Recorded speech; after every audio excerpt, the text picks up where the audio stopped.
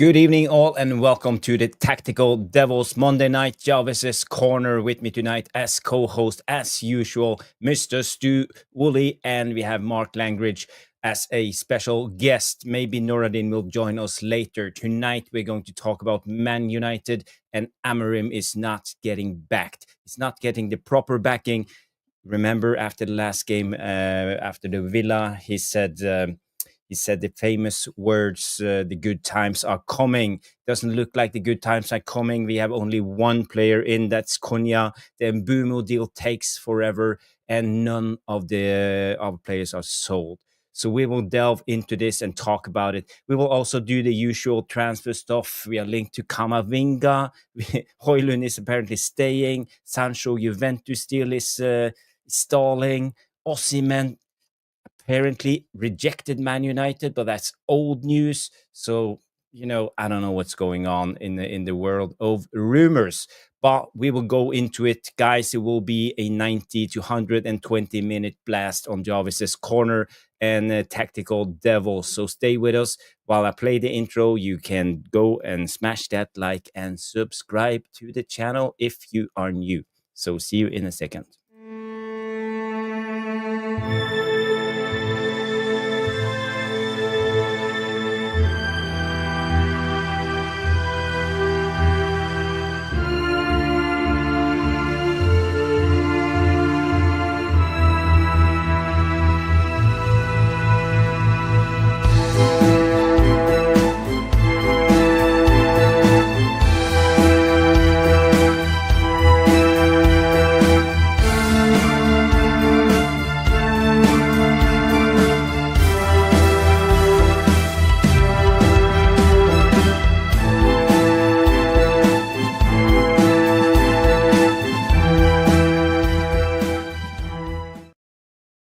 Yes, welcome to the new setup of the Tactical Devils.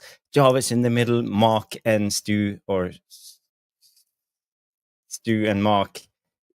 Everything is backwards when it comes to YouTube. But no, we will do it the regular way. I can't do it like this.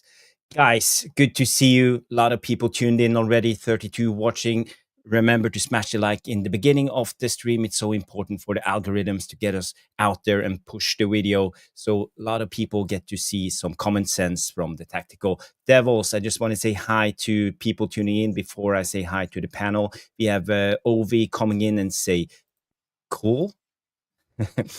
Sounds like a funeral, death of Manchester United. No, it's not a death of Manchester United, but it's not looking good. We are on our final breath in a way. We have Boxing Straight Talk in the house. Mark Davis is here. Danny B, the legend, is in the house. Early Boxing Straight Talk. Nathan Lee Lewis. Who else is here? Mr. B, Carlos, Jale Malmin. Big up. He said Vella Langa not sold to Newcastle. We are getting sold to Newcastle. We are getting 8 million, which can break the deadlock with Mbuemo. Sometimes things can take time. Yes, that's one important news. Elanga to Newcastle. Thank you, Jale, for reminding me. We'll go into it. Johnny K Mode, he was on yesterday, coming in. Good evening, all. And the Vootinator, one of our moderators. Evening, all. Good to see you, Wooty. We have Peter in the house. 15 likes already. Riot V, History Buff, and Jorge Oliver Vanzuela coming in, and the main man himself, Rush Mano. Good to see you. Confirming £8 million incoming for Elanga. That's beautiful. We need those money. Yes. Let's go into it. Stu, you are muted, so you want to probably unmute Fantastic. yourself. I'm better when I'm muted. That's what Trev would say. I'm better when I'm muted. Anyway, where's my fanfare today? I was expecting a little bit of a fanfare, after surviving. Oh, that's more like it. Yes, that's as much as I get. Fresh from the futsal pitch. Thoroughly enjoyed it. I love futsal. I'm not particularly great at futsal because I don't have the skill. But you can kick people in futsal, so it's always good. In a nice way, obviously. I can imagine that you actually kick people. Well, no, basically, I think what it is, quicker Correct. by the age. Yes. So My reactions are getting slower. mm, I think that's what it is. I don't deliberately go out and kick people too much. Stupid out very soon. There's a 5,000. It's a penalty rule in futsal. Yeah, well, I walk onto the pitch and it's a penalty. I'm a walking penalty. So, but I played better though tonight, Jarvis, than I did yesterday. So little things they raise your spirits. So it's good. It's good. Some play football, other play golf. As you can see on my outfit, I just came from the golf course with my PGA Tour cap and nice. This really there's ski goggles on. Fucking glasses. There's ski goggles. Brilliant. Well, I did well. I played 106. That's good for me. That's almost a 20 handicap. So not too shabby from a guy who just played the game for 1 year. So yeah, well played. Thank you. Good work. Mark, what have you been doing today? I'm recovering from our first pre-season friendly yesterday with our under-18s. I was saying to Stu, it didn't go the way we wanted, but we got a lot out of it, so we were more than happy. A lot of players, like first years, and that. So it's been reviewing the footage, from the VO, and just seeing where we can tweak things. It's not even improvements, which is always great. If you play a game, you just got to make tweaks. Back to the drawing board. Nah. You have to try it at least for 5 games before you start changing things up. You got to let it settle a little bit. 3 games, we got our FA Cup opponents in a friendly, so we've got to be looking at. Who did you draw in the cup? Who did you draw in the cup? Seaford. So we got them down in the under-18s FA Cup, and the first team a local draw. So the most fixed tournament out there. Yeah, I know it is. And here's the thing: for those of you who don't know about the FA Cup in the UK, certainly for semi-pro teams like Mark's team, is that it is a preliminary rounds until you get to the you've got to play basically 6 games, haven't you, till you get anywhere near the first round of the FA Cup. And what that basically means is there's tiny little bits of cash incentives. I don't know. I think it's 760 is the final payment, isn't it? If you get all the way to the first round, and I think it goes into a couple of thousand. It changes every year, but yeah, you're right. It makes or breaks your season. Yes, it does. Many teams will have players play until they're knocked out, and when they're knocked out, their squad walks away. Yes, that's right, because it's people, players in the UK want it. Well, I played in the FA Cup. Yeah, but wherever you played, so and it starts quickly, doesn't it? Because very quickly. It's our first game, so our FA Cup starts before the league. So it's your first game, is it? Right. Our second round will be straight in, and I think the FA Cup's starting earlier this year anyway. So they messed around with all the Christmas games. Nordin, I send you the link, Nora. Give me 2 seconds. I will send you the link. So we will do a full panel tonight. Guys, FA Cup, brilliant. But I think a lot of people are urgent, aching to go into Man United talk. And, we just going to go right straight to it. And we can start with Mr. Woolley and your take, because how I see the situation right now, Amorim must be terribly frustrated by the backing of the board. He said after the last season, the good times are coming, and I think he meant it. We didn't sign anyone, or we signed 2 young guys in January. We didn't spend hardly any money. We saved up for the summer. We have or Ratcliffe have sacked so many people in the club. We are trying to save as much money as possible. So we all expected 7 to 10 signings to come in this summer, and we expected the board to act quickly, swiftly. They had 6 months with Amorim. Amorim said himself, Berada said himself, they know what to do in this summer transfer window. They have been planning it for months, and now here we are, 7th of July, preseason started. We have 1 player in. So my question to you is, has Amorim been sold short? Has he been betrayed by the Glazers and INEOS? Right, on the face of it, you would probably have to say yes. We're not really sure the reality of it, are we? We're all frustrated with what's going on with Mbuemo.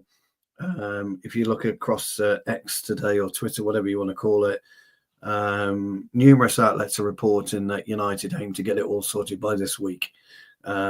But they could have done that 2 weeks ago, 3 weeks ago, who knows? There's something holding Mbuemo back.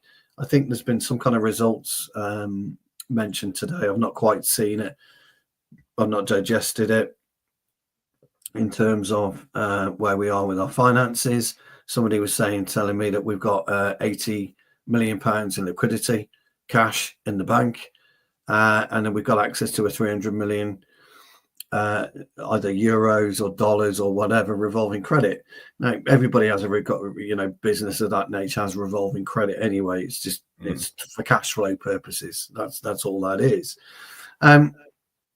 So for me, I think it's a little bit too early to ask the question, has he been sold? All the fans are quite rightly up in arms at this point. We all expected Mbuemo in today.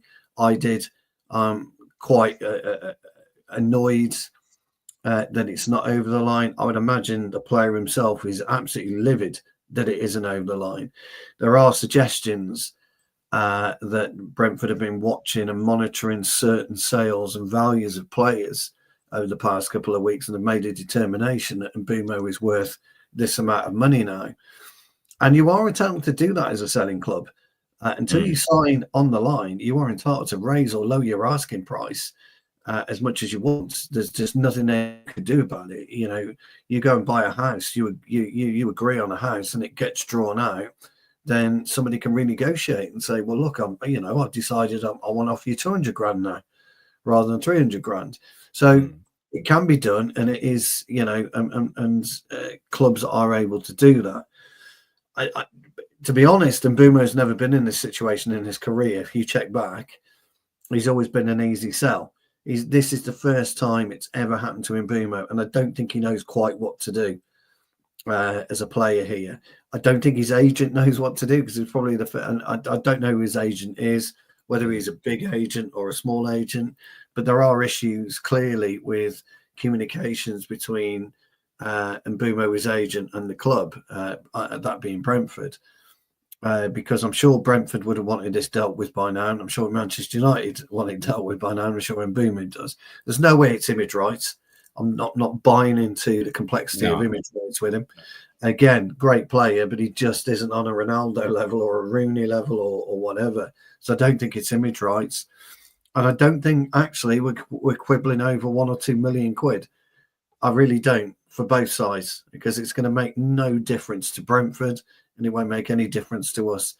When you are paying over a certain amount of money, if we are offering 61 million and we're bulking at 63, it's just dumb financing. We all know that. And the same with Brentford, by the way. If you're bulking at 61 million because you want 63, both parties need to grow up. So I don't think it's that either. I think it, as Rajat says, I think it's about how much Manchester United are willing to slap down on the table immediately, and then what United want to do in terms of the rest of the payments over the period of time. Salary, I don't think is an issue. Bonuses, I don't think is an issue. I think it is the full amount of money that Brentford want up front. So it really is quite annoying. And then the more that you go, the more that we're listening and we're trying to understand what's happening within the club, what's happening with potential signings, and new signings are coming out of the woodwork every day. And like everybody else, and I'm fed up with it. With it, it's ridiculous. When we linked with the Valencia midfielder today for about an hour. About 10 minutes, I believe. And, and then that's 10 channels took the bait and made an extra exactly. show on that. I didn't even know about the Camavinga link. So that's news to me, which you guys were talking to me about. That's news to me. So I think it's too early to say have we chucked him under the bus. But on the flip side of it, Jarvis and Mark, I think it's not good enough at the same time. I don't think we're acting how we should be acting at this point in time. And we should have had at least Mbuemo in as well, alongside Cunha and Leon. By the way, if you've seen any of the clips of the lads back at training, if you've seen Diego Leon, fuck me, that kid's a unit.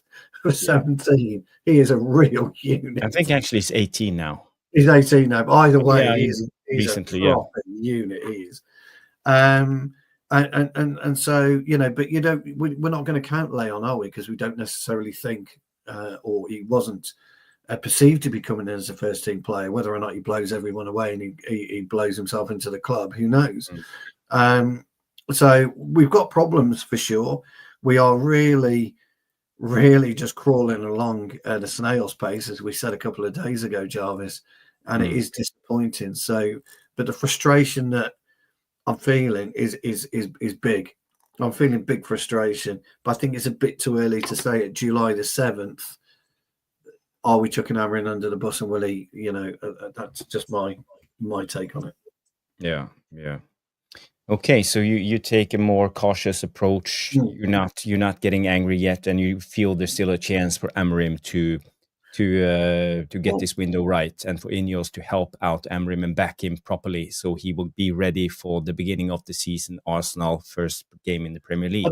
I do. I stand by the fact. I think we beat Arsenal first game 2-1. I said it last night, and we're going to stay by that score. I've got no issues with that score. I'm not afraid of that score at all, Gyökeres or not. I just don't care.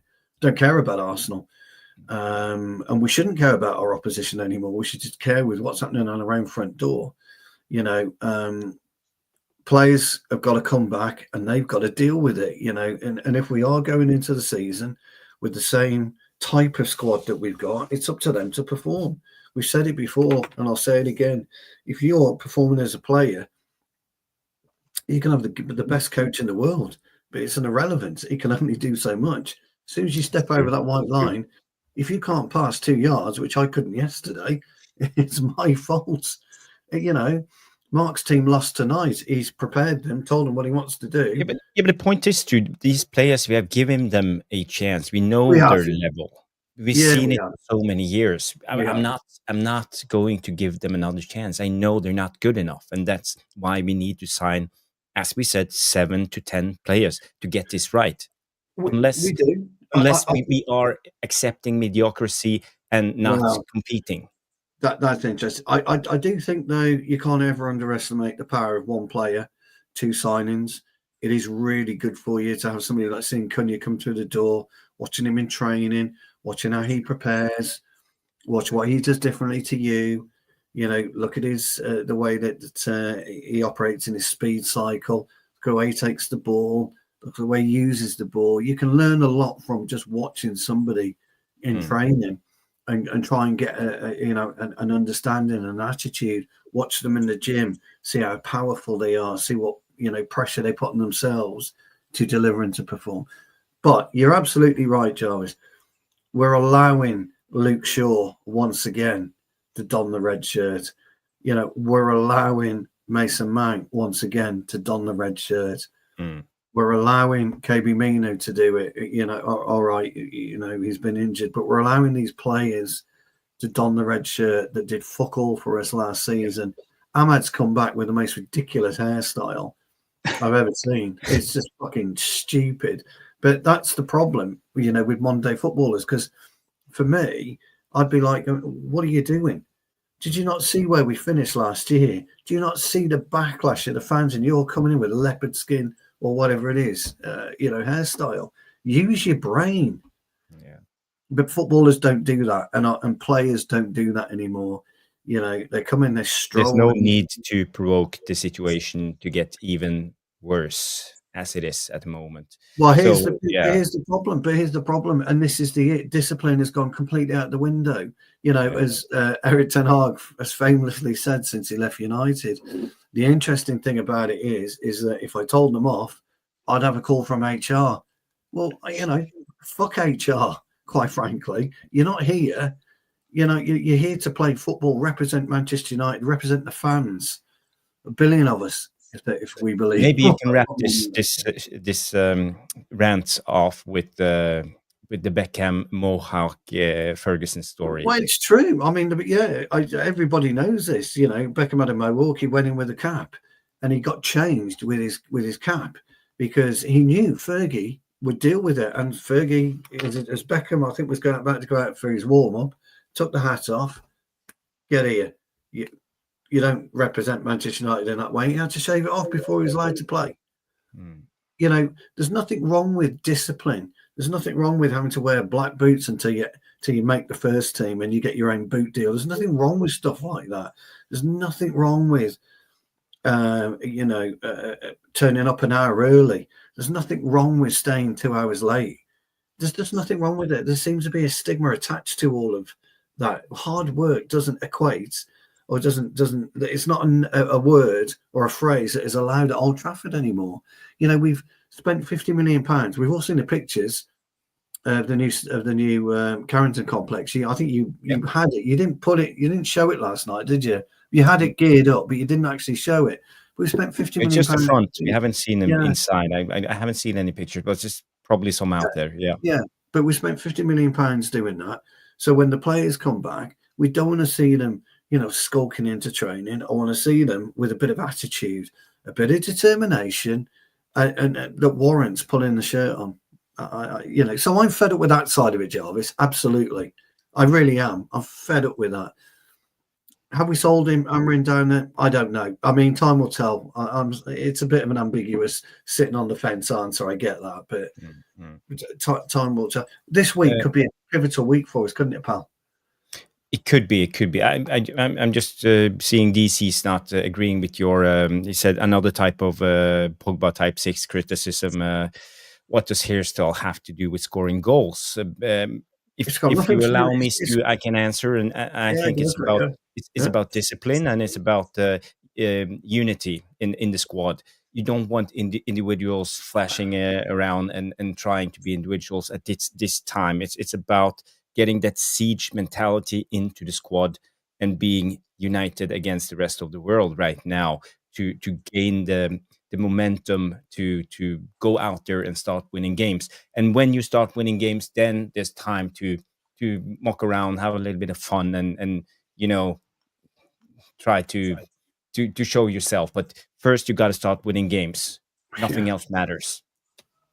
Absolutely. Yeah. I don't know if you have any other answer. Yeah, look, he went on to say it's not like a Catholic school. Nobody's saying anything like that, and I kind of think you're missing the point. And if Jarvis has articulated exactly what I was going to say. I don't care what people's hairstyle is, but earn the right. Manchester United players haven't earned the right to do anything. You don't. You've got to earn the right to pull the shirts on. You've got to earn the right to walk out at Old Trafford, 76,000 people. You have to earn that right. And so, if I don't like somebody's hairstyle, I'm going to say it. Yeah. You know me, Jarvis. Fair point. We haven't let Mark speak yet, so before we let Nordin come in, big up Nordin, good to see you. Mark, what's your take on the current situation about Amorim and his backing? Is he getting let down by INEOS and Glazers? I think he's been fed a load of bull from when he signed. We spoke before the show started. This is meant to be Amorim's first day on the job originally. He wasn't meant to be here 6 months ago. He's meant to be here on the 1st of July. And we should have everything set up, ready to go. And you're right, we brought in one player. The Mbuemo deal, I get. You've got to remember, Brentford, have they even got a new manager in yet? They don't want to be selling players before they get a manager in and know what to do with the money. So they want to get every penny they can. There's so many sides. And we are 7 days to the transfer window, in theory, because it's the new financial period. So we can spend 500, 600, 700 million if we wanted, as long as we can put it back in the books by this time next year. So I'm not really worried about how quick we act in that respect. But you're talking about discipline. Discipline comes from the manager, right? And then that starts at the squad, starts getting their discipline from the manager gets it from the club. If the manager's asked for players and he doesn't get them, the players are coming in going, they're not backing the manager. So why should we play for the manager? Why have we got to run twice as hard in this different form Mm. and learn new things? It's Good just a point. shit show.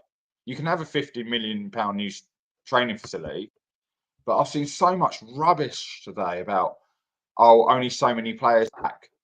You know, Maguire didn't go on international duty. Why is he not in today? So they were doing testing. The first few days is testing. There's only so many test stations for the jumps, things like that. So you bring them in sporadically. They would have worked out who was good to be in with Diego Leon, because someone said in the chat about Mount meeting. Amorim's just sitting there going, maybe I shouldn't be here. I genuinely feel he's thinking about his options. What did he say in his press conference before the Europa League final? If it doesn't work, I will walk away. Mm. Because he's got a safe face. He's a young manager. He can't afford a big sacking, so he's better to quit. Everyone's going, he won't walk away from the money. I said about him. Obviously, he won't walk away from the money. But why? He's got his whole career ahead of him. That money's going to come back if he does well. But if he does bad, he might get paid off from Man United. But where's he going to go after that? Back to Sporting, or back to Portugal or Italy, to a lesser team in Italy. He has to succeed because he has jumped to the top of the table where, that's only worked for Jose Mourinho, isn't it, from Portugal? And we call him the special one for a reason. Well, Conte walked out of Spurs. Yep. Because he didn't get his signing. He didn't get the backing he wanted. Yeah, and he's still one of the best managers, at least in Italy, and I would say probably top 10 manager in Europe. And Mourinho might technically walked because he got himself sacked. He done enough to get them to sack him. Do you know what I mean? And that's what you see from a lot of managers. But wouldn't you do this if this was forget this is Manchester United. If this was you're running a business and you got an MD, a CEO promising you all the world, what are you meant to do? What are you meant to do? Yeah. I need, like you said, 5, 7, 10 players. Yeah, we can't do that. Here's one. Yeah, we all know that we wanted like 7 to 10 players right after the January window and losing the Europa League final. And when Amorim said himself that the good times are coming, we all felt that we are at the turning point, and now INEOS are ready to show us their might, how good owners they are, and how they can turn things around with the budget, being smart in the transfer market, and all of that. But now we all feel cheated in a way. So I think you make a brilliant point, Mark. But I'm starting to lose my patience. I said so before this weekend that I won't panic yet when it comes to the Mbuemo, but on Sunday I will start panicking. And now it's Monday. Nothing has still happened. But I see the other side of it as well. So we could go back to before Ten Hag, with players we've been screaming to get rid of from this club. Yeah. Now, Stu, you said about one player seeing how they walk in can inspire others. Yeah. It can be the same about getting rid of the bad eggs. It can. And others have tried this and it has failed every time. If we actually get rid of the players a manager does not want, if he's made it clear, it doesn't matter who. It doesn't matter if you're a Rashford fan, not a Rashford fan, Sancho, not Sancho. If we get rid of those players, the manager has that stance. This is my team. I didn't want them. Now you play me.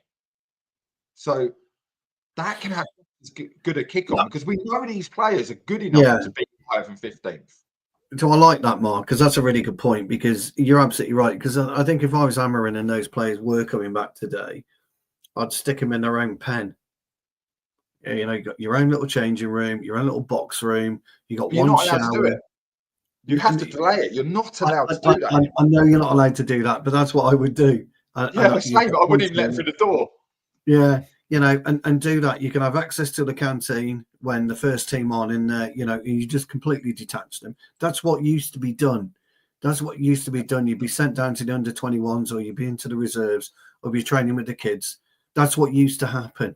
We don't do that anymore. Who was it? Schweinsteiger. Schweinsteiger, yeah. But that's what Gary Neville interviewed. Gary Neville said they can't do that to you. You could have sued them.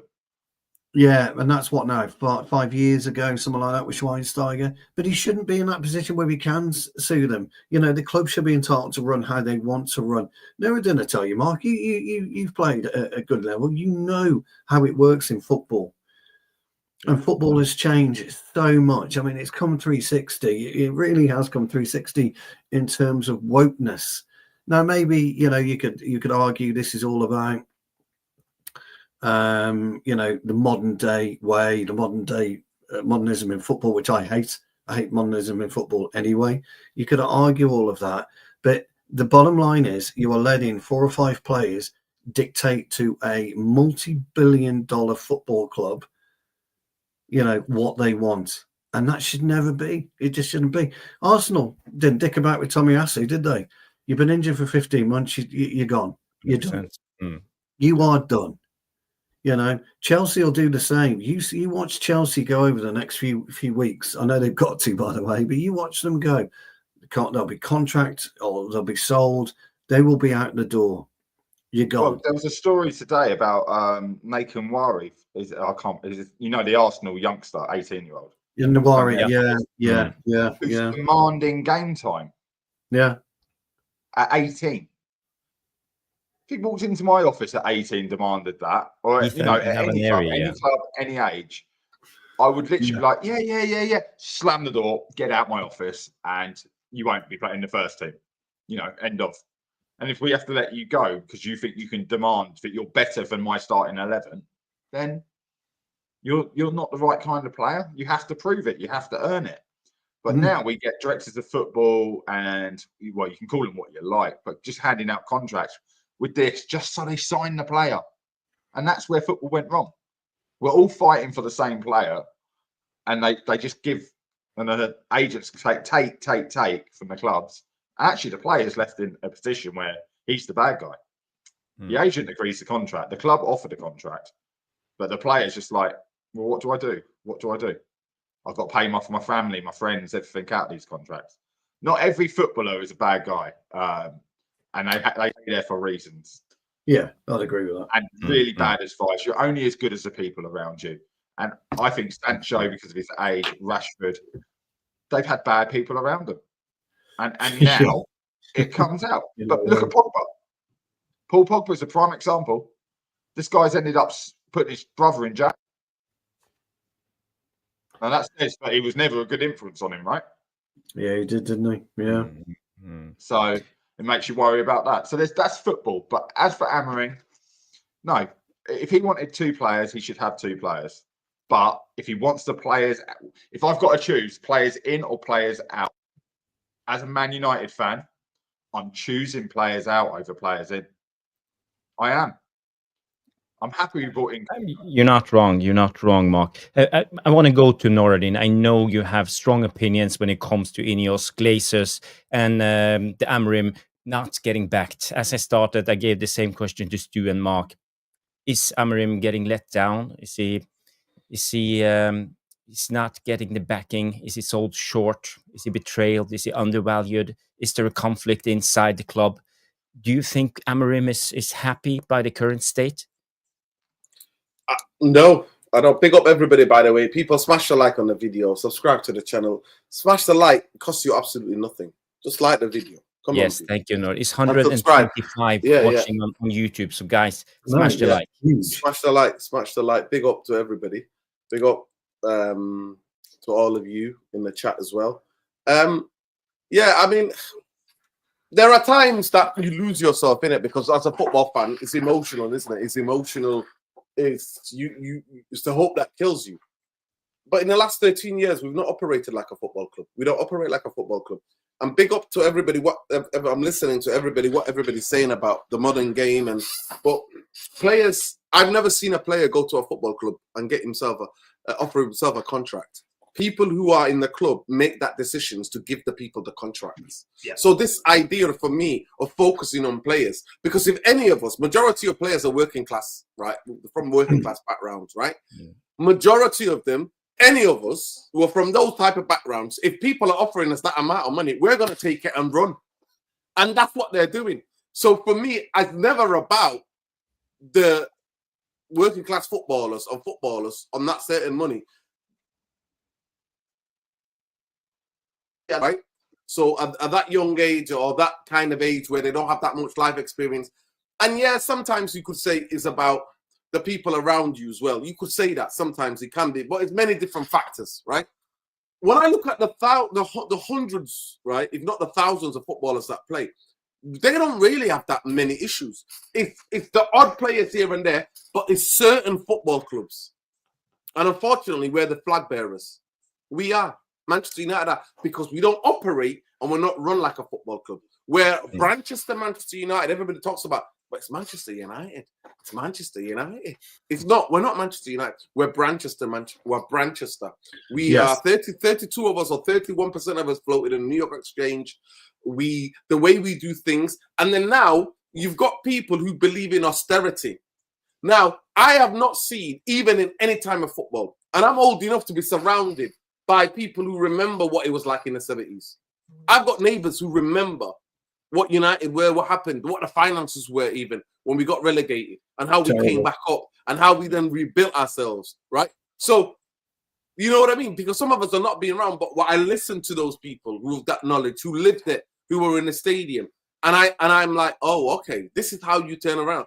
And they've all said to me, Manchester United didn't come back in 1974, 74, 75 season. They didn't come back from the doldrums, right, on that second division. They came back and there was investment, there was money, there was a better player recruitment, and the club then came together a little bit. And then in 77, in less than 3 years, we then go and stop Liverpool from doing a treble. People forget that. That's right. We stopped Liverpool in the FA Cup final. This is the best team in Europe, best team in the league, dominating the league. We stopped them from doing the treble in 77, Lou Macari's crazy goal. So this idea, but I have never, and even they've said to me, these people who are elder than me, some of them are in their 80s, right?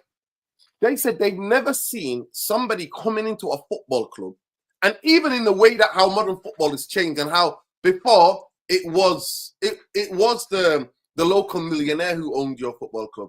Now it's the flipping billionaire. The billionaires are in football now, right? Billionaires are in football, and unfortunately, that genie is out the bottle. It's literally out the bottle. The genie is out the bottle, and now you can't put it back. So what INEOS is strategy, and what the Glazers strategy is for a club that, and how many times on the United Real Therapy Jarvis we talked about throughout the years, we said the Glazers can't sustain what they're doing to this football club because we're losing money year and year. Yeah. We're losing money because we're not winning. And Woodward made that famous say, said, we are Manchester United. It's like this, this kind of, when you buy a house, what is it? Mortgage, but you make money from it. And he said, no clubs can do what we can do. They're business people. They didn't understand without the football success, you ain't getting any of that.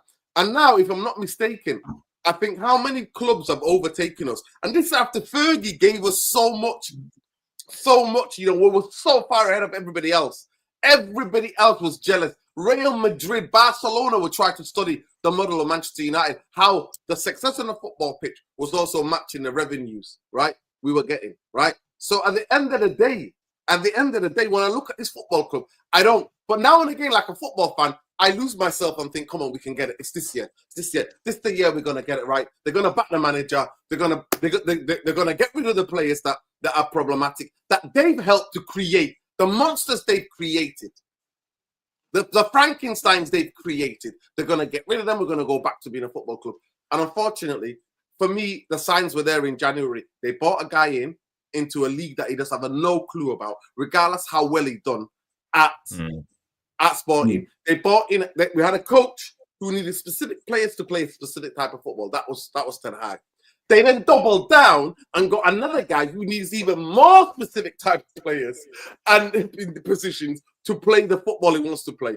At the end of the day, he's 40 years old. He was out of his depth, and Bruno let it slip on the run up to that cup, that Europa League crap final, and said after Ipswich game, Amorim turned around to him and said, "This is the bottom of the league teams are trying this hard. Welcome to the fucking Premier League, man." At the end of the day, he's learning on the job. and he needs all the help that he can get. And all I'm seeing is whether it's Matt Judge in charge, whether it's Woodward in charge, whether it's Richard Arnold, right? Whether it's John Murtaugh, right?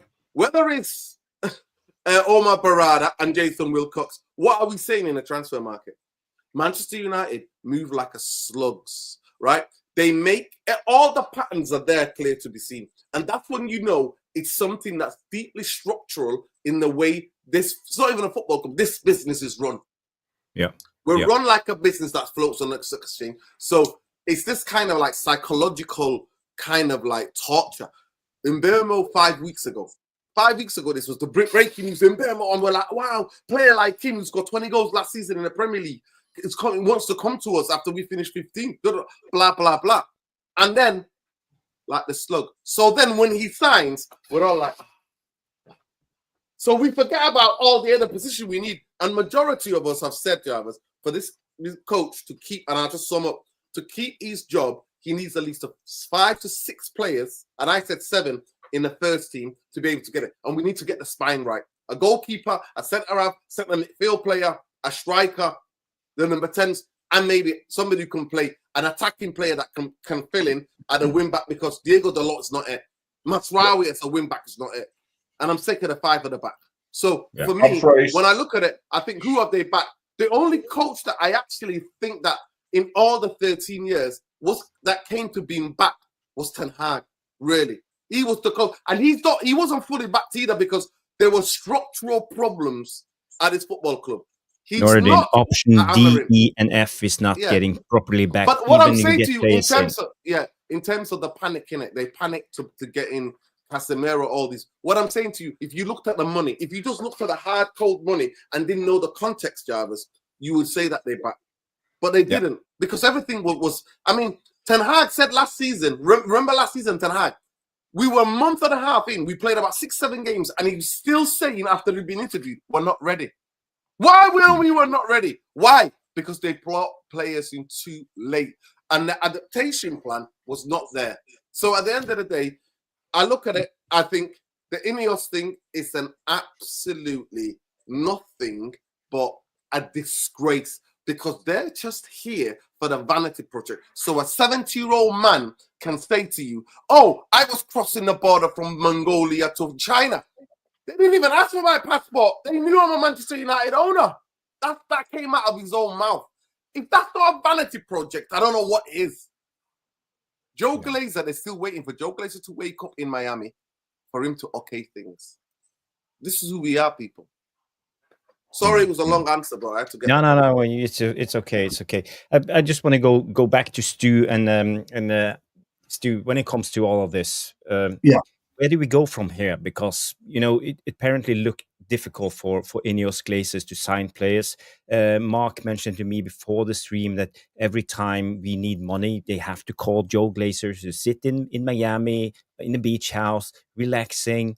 Send them an email or whatever. He will get back to you after 3 days and say, no, we can't get the money right now. I have to go run it through the board. So I'll submit a meeting. We will meet next week. So maybe I will get you the extra 5 million. So I will get back to you in 2 weeks, and maybe we can have the money, because I gave you a budget 7 months ago, and that budget was or 6 months ago. That budget was sufficient because you said you could sell players. So, and the merry goes around when it comes to Man United. So I don't know, how do we assess this window realistically? And where do we go from here? I'm a little bit lost when it comes to Man United at the current moment. Yeah, look, I mean, sensible people would tell you it's never difficult, because the actual negotiation side of business deals is really complex a lot of the times. There's a lot of I's and T's. That's why you have lawyers, expensive lawyers that are retained to your business. And you've got lawyers haggling over specific language, the way that it's written. That word isn't quite correct. I need this word. And that can be time consuming, that part. The actual aspect of doing business, it's not really that hard. You know, you pick up the phone or you drop an email and you say to their sporting director, hey, look, we want to buy Mbuemo. We need a quoted price from you. And I said yesterday, Jarvis, that whatever that quoted price comes in, you should, as a business at football level, add on 5 million minimum. Okay, so that's the maximum we will go to without add-ons. And then we're going to go in and lowball Brentford immediately. We're going to get a straight no. It's going to come straight back to us. But you'll get an idea with what they say in the email. We're not accepting that offer. Rejected. The price is this. So then you'll start looking at it and think, right, if the price is this, we know we've lowballed them anyway. They know all that. So then we've got to look at what we can do to go back and structure it. It doesn't take 8 weeks. It just doesn't do it, because there will be conversations, and you know, people will go backwards and forwards with each other and say, look, you're 5 million shy. How are you going to get us that 5 million? Well, what do you need? How much do you want guaranteed? Blah, blah, blah. In the meantime, by the way, you've already done the negotiation on personal terms because you circumvented everything. As soon as Brentford had kind of come back to you, you're kind of already talking to players, the agents, and you're agreeing fees, you know, money. I don't know what he earned at Brentford. It was about 50,000 a week, wasn't it? So you offer him 90 grand a week, but we'll give you huge bonuses on your 90 grand a week, or you offer him 120 grand a week. Either way, you negotiate personal terms quite quickly. I cannot believe for the life of me that buying Mbuemo out of Brentford is a difficult transaction. It can't be any more difficult than what we did with Cunha and Wolves. It just can't be. Because the player chose to come. Exactly. You've already got the advance of the hand. He chose us. Exactly. And I said to you before, guys, it's got nothing to do with image rights, because he's never, you know, he's never been that type of player. Same with Cunha. He's never been that type of player. It's image rights, aren't it? It's just, for whatever reason, we're dicking about trying to argue the toss over something. There's something that we don't agree with that Brentford want. Now, you could, like I said earlier, you could think about it that Brentford had decided to run the goalposts. They've looked at Alanga. Fucking hell, Alanga's gone for 55 million today. What the hell? And Mbuemo's definitely worth 70 now, guaranteed. We want a guaranteed 70 million from you. And then we want add-ons on top of that. And Manchester United look at that and think, that ain't no. We were in and around the 62 and a half. We ain't going to 70 guaranteed. No, it's not going to happen. So that could well be where we are with it. I read somewhere today that Arsenal have gone in and lowballed Sporting Lisbon over Gyökeres. Now that he's come out and publicly said he wants it, as Nuriddin quite rightly pointed out, I want to go to Arsenal. Right, so we've offered, I think they offered 56 million or something. And, you know, Sporting have quite rightly said, no, we want 70 million euros for the guy. Come back, you know. And so selling clubs have this. Where I'm struggling with it at the minute is the agents appears to be quite weak from the outside looking in, because the agent isn't really rocking the boat. And Mbuemo won't rock the boat because I don't think he's that type of player. And then you've got Brentford, that smarmy fucking sporting director on Sky News a few days ago. Yeah. We've told Manchester United what they want, and we're relaxed. And he's told us he'll stay with us if we can't get the deal done. And we've remained silent. Stu, I just want to come in on that, because there's one thing I feel everyone is overlooking. You've gone over everything, like how deals can work. Do you know what Manchester United do? And this goes for most of our fan base. We are also stuck in the past that we're the mighty Manchester United. We are in name. We are Manchester United in name, right? We are insulting every club we try to buy from. If it's 62 million, why the fuck are we coming in around 50? If I was buying a house, someone offered me that much less, you're not even in my bidding process. You're out the door. You're gone. Okay? We've done this with every single player. Like, yeah, but you'll get to play for Man United. Man United are in 15th. 15th. You know, we're bringing in Cunha, 62 million. Yeah, it was a buyout clause. But he done better than Cunha. He is worth more than 62 million. So you have to offer 62.5 million opening bid. You have to offer the same money you've just paid for someone else who was less. Yeah? But we're still, you said, we're dicking around at over 1-2 million. It appears to be that way. It appears to be that way. They should be in Europe. We're trying to take a European striker. I mean, you're right, Mark. I mean, I would have gone in at 58 plus add-ons to make it 62.5. That's how you structure a deal. Every deal that's how you structure a deal. Yeah, that's how you structure a deal. And that's absolutely fine. So I agree with you. Try and get to where they want to be. We know the teams. We know we do, don't we? We've seen it happen. Stu, how about being clever? Agree everything with Cunha. If you wanted a Mbuemo, sign in Mbuemo, so then you don't have to drop the comparison. Yeah, well, we don't appear to be. No, bang on. That's exactly my point. It's basic things. So guarantee Cunha, tell him to wait. Everything done behind the scenes. Keep it shut. Go and get Mbuemo first, right? Then you announce Cunha deal is there to be announced. But we don't do it. Please understand that the slowness of the move is psychological. It's for the fan base to go relief. So when we got the finally, and also they used the kits in it to release to do the signings. Remember back in the day, you need one for the red kit, one for the white kit, one for the black kit. When is the next kit launch? It won't be till the start of the season, and then there'll be a few weeks after the start of the season unless we need to use it to start before. So Jarvis, your prediction could well be coming true, old friend. I hope not. I don't want to be right on this. I don't want to be right. You could well be. I mean, you know, you are right. And guys, you are right. Look, it seems to be every season we seem to be knobbing about with one player, don't we? Seem to be dicking about with one player. What? Stu, just let me interrupt. I will. This is a very controversial subject, but this is a perfect example of everything that we've just said. Everything was just gone on at Arsenal and Partey. Yeah. Within 2 days, they've announced his replacement. I know, yeah, amazing. So we can say what we don't need to talk about what goes on in that. You know, that's a different club. It's nothing to do with us. But whatever they were ready for, they had it set up. Let the shitstorm hit. Give it a couple of days. Bang, Zubimendi.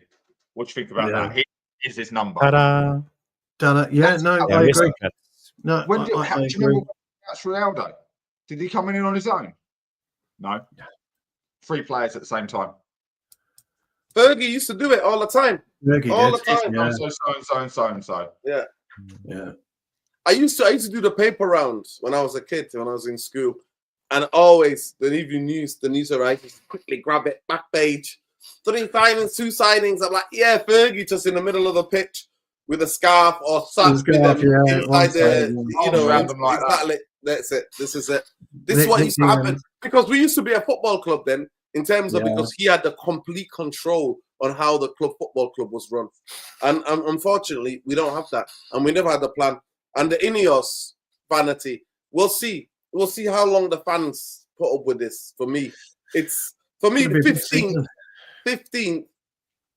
is one of the most embarrassing last season. The way that the absolute small club mentality, the way that we threw in the league for shitty Europa League. I'm like, yeah, and that to me, I'm dumbfounded by that. And by the way, I don't know if you were live, you saw it earlier, but breaking news, Einstein saying that United, Amorim, the way they're framing it is, I mean, because I'm always interested in certain journalists to keep the club in good dynamic, good relationship. Because you haven't got proper journalists, you got clientele journalists, But the Amazon series, they're like, they try to frame it. It was Amorim. So basically, United and Amazon have been negotiating. Amazon, you can see Amazon series, and then United have said no, and they're saying it's because of Amorim. Try to bolster Amorim. Amorim's kicked these players out, even though it's costing the club. Out and out. Amorim. 2 years ago. They came in 2 years ago, and we said no. Then they won't. Well, anyway, the MUTV rights. That's why they won't do it. Yeah, same, but the big thing, as Chelsea, same as all the others. They don't do it because of their TV rights. They lose revenue from their TV rights. But Mark, we know they also don't want to be exposed because they can 100% control. they can 100% control the TV. The TV. I mean, people ringing in. Remember, they used to ban people. Big up Paddy McCann. They used to ban people. Used to be able to ring up, and then they would be like, anytime we talk about the Glazers, just put you down. But at the end of the day, when I look at this, is that the reason why they said no after negotiating, and they said, oh, it was the biggest contract, to the one at Spurs, the one at, you know, Man City. It was more money. I think it was around 10 million offered by Amazon, and it was going to be the biggest and most sensational, all that bullshit.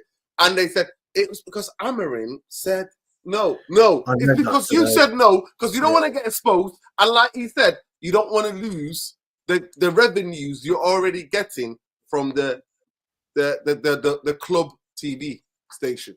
That's why.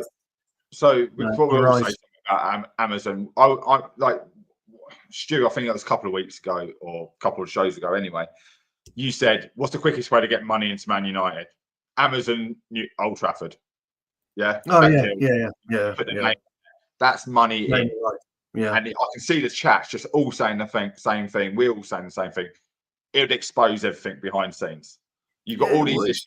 5 players, they're not gone. I can't have people filming shit going on with that, because when Tottenham did it, Mourinho got caught on camera with, you know, that quote about the What, three players he got caught with, didn't he? He got caught with 3 players. Yeah. In the end, Dele Alli, Rose, and Erupts. Want to see it. And it also exposed Daniel Levy. Majority of Spurs fans use the clips from that to talk about Daniel Levy and how he gets involved in every little thing that's going on at the football club, how he micromanages every little thing. And they talk about how he's meeting players, families, and all that. And it's like, no, you're supposed to be CEO. People should report to you or see what's going on. Let the people do it. But no, he wanted to be in it. And it was all about making it about himself. So at the end of the day, that's why they're not done it. Because they're not stupid, because the fan base would go. I already teamed us as a comedy. The way they run it's like a comedy Netflix series anyway. Manchester United more suited to Netflix than it is to fucking Amazon. Let's be It should be done in a cartoon. We are that serious. We are that serious. They'll be like, if Netflix got involved, we'd be the record-breaking TV series, because we'd be on the 20th series. Because that's how laughable it would have been under these Glazer ownerships. But the big thing I want to ask, I don't know what you guys think, Jarvis, just quickly. What do you think how do you think the fans should react? Because to me, I look at it, there's only 15% of the match-going fans. I don't know if Stu agrees or disagrees with me, that have that fight, that want to take the fight to the Glazers and INEOS. The rest of the people are they're almost like they're happy to be there. Honestly, it hurts me, but it's true. It's true. I mean, my lad, to be honest, Nuruddin, I've cancelled the season ticket this year. We're not doing it. But my lad was TRA for the last 4 years. He had my ticket and he went TRA, and you know what the TRA are like. They're wonderful people, but they're fans. They're proper fans. Like I used to, stand in the Stretford End in the 80s, late 70s, when I was a tiddler with my uncle. It was dangerous then, by the way. It really was. But in the 80s and 90s by myself, and my lad does it, and it was nice to see, but it's a shame. Family tradition. The family tradition. It's a shame, where this is what I hate about modernism in football. Yeah, I understand about evolution. I get it. I haven't got a problem with it, etc., etc., etc. But I hate modernism because it just takes away what football's all about. And I think the new fan loves modernism. They like the glitz and the glamour that is football. But never did Mark Jarvis when we were going. It was with your dad. How many times would you walk down the street at any pitch in the country, and there's fathers with their kids, proud. You've got your scarf on and you're happy, you're smiling. It's a bag of chips way into the ground. And nowadays, you go there, you've got to scan your face, which is what it's going to be now. They're going to scan your face before you go in. You're going to spend 10 quid on a drink and a pie or whatever it is you want to eat. When you can't stand up, you got to sit down. You can't drink in there anymore, Nuruddin, as you well know. The guys in the TRA end, they're smuggling in bottles, aren't they? As soon as the steward sees you, don't take the bottle off you. They kick you fucking out. You're gone. You're gone. Football has changed dramatically. You know, there's 4. That's a really good point, Ivan's just put It's up. the erasure of working class people to it. It So you got is. to say it, tell it as it is. It's the erasure, like I said, the billionaire class are in here, and the billionaire class want everything to be sanitized, and they want it in a certain way. I remember, no word of a lie, for the first maybe 3-4 years going to Old Trafford regularly, I was, can I double up, please, sir? Can I double up? All those hairstyles, really thin. I used to be. Can I double up? I used to jump over the turnstile, and the stewards would tell us, "Listen, just don't get caught. I'll have to come in and get you out. Make sure you find a spare." As it happens at every ground around there, the kids are sliding under the turnstile. Dad buys a ticket, kid goes under it, walking on his ankles. Do you know what I mean? That sort of thing. Oh, Jesus Christ. Look, how many times did you go and you couldn't get a ticket? You'd scalp one outside. Terrible, by the way. It was really bad. Funny story. 15 years of age, 1998 World Cup, England playing in France, against Colombia. 200 quid a ticket outside the ground. Me and my best mate both buy a ticket. Super excited to be there. Jumped on the ferry, got over. Stupidly didn't even think about arranging where to meet afterwards, did we? We got 2 random tickets. That's what you're like. You get a ticket, get the game, dude. I want to be at football. But now there isn't a father out there who can really justify taking their child. Can't afford it. You can't afford it. I mean, you're literally taking food off the table. Nuruddin will tell you now. Nuruddin will tell you now that a Category A ticket is now going to be £95, something along those lines. This the other day, but we're still nowhere near the top. Let's make it an even 100. No, we're still nowhere near the top. And we're still nowhere near the top for that Category A. There's teams like Fulham, Category A. It's going to be close to 50 this year. Yeah, but let me tell you something, Mark. And here's the real sad thing. And this is what I really hate about modernism in football. They didn't want me anymore. Nuruddin's touch and go now. They don't really want Nuruddin. They don't want us, Mark. And they don't want us for a reason. Because my ticket was 650 quid, something along those lines. I was a platinum holder. 31 years. Your season ticket. Yeah, my season ticket. So I'd have been 31 years this year if I'd renewed it. So I was 30 years. I did 30 years, right? Now, that works out at, say, 30 quid a game, hypothetically, £30 a game. They wanted me to sell my ticket back because they would generate an extra 36 quid. That's what they would do. Profit off of me. Minimum profit off of me. And they've done the same with Nuruddin, the same with Jarvis, the same with you, same with anyone else that's in the chat tonight, the devilish tactic. They become the ticket tout. Yes. The clubs become the ticket tout. The club's the biggest ticket tout. They don't. They are the biggest ticket tout. Before they used to use fans. Yeah, now I know we're going to tell you, and you know this, Mark, and so the devilish tactic goes. Behind Fergie, there used to be an Asian family. Oh, yeah. Sikh family. The Sikh family. Yeah. Sikh family. And they stopped going because they were getting priced out of their season. And they went for years, didn't they, Nuruddin? Yeah. And they went back, then they started to go back. But you couldn't miss him because he had his turban on, didn't he? Yeah, you couldn't miss him. He stood out as much as everyone else on TV. They've kicked fans out there now, and they're padded seats. They're 500. Some of them have been there for 50 years. Some of them. Yeah, I know. Last time, in the last game of the season, they had a big protest. There's about 20 of them. They've turned all those seats into corporates. Even the Eastern second tier, they've turned it into corporates.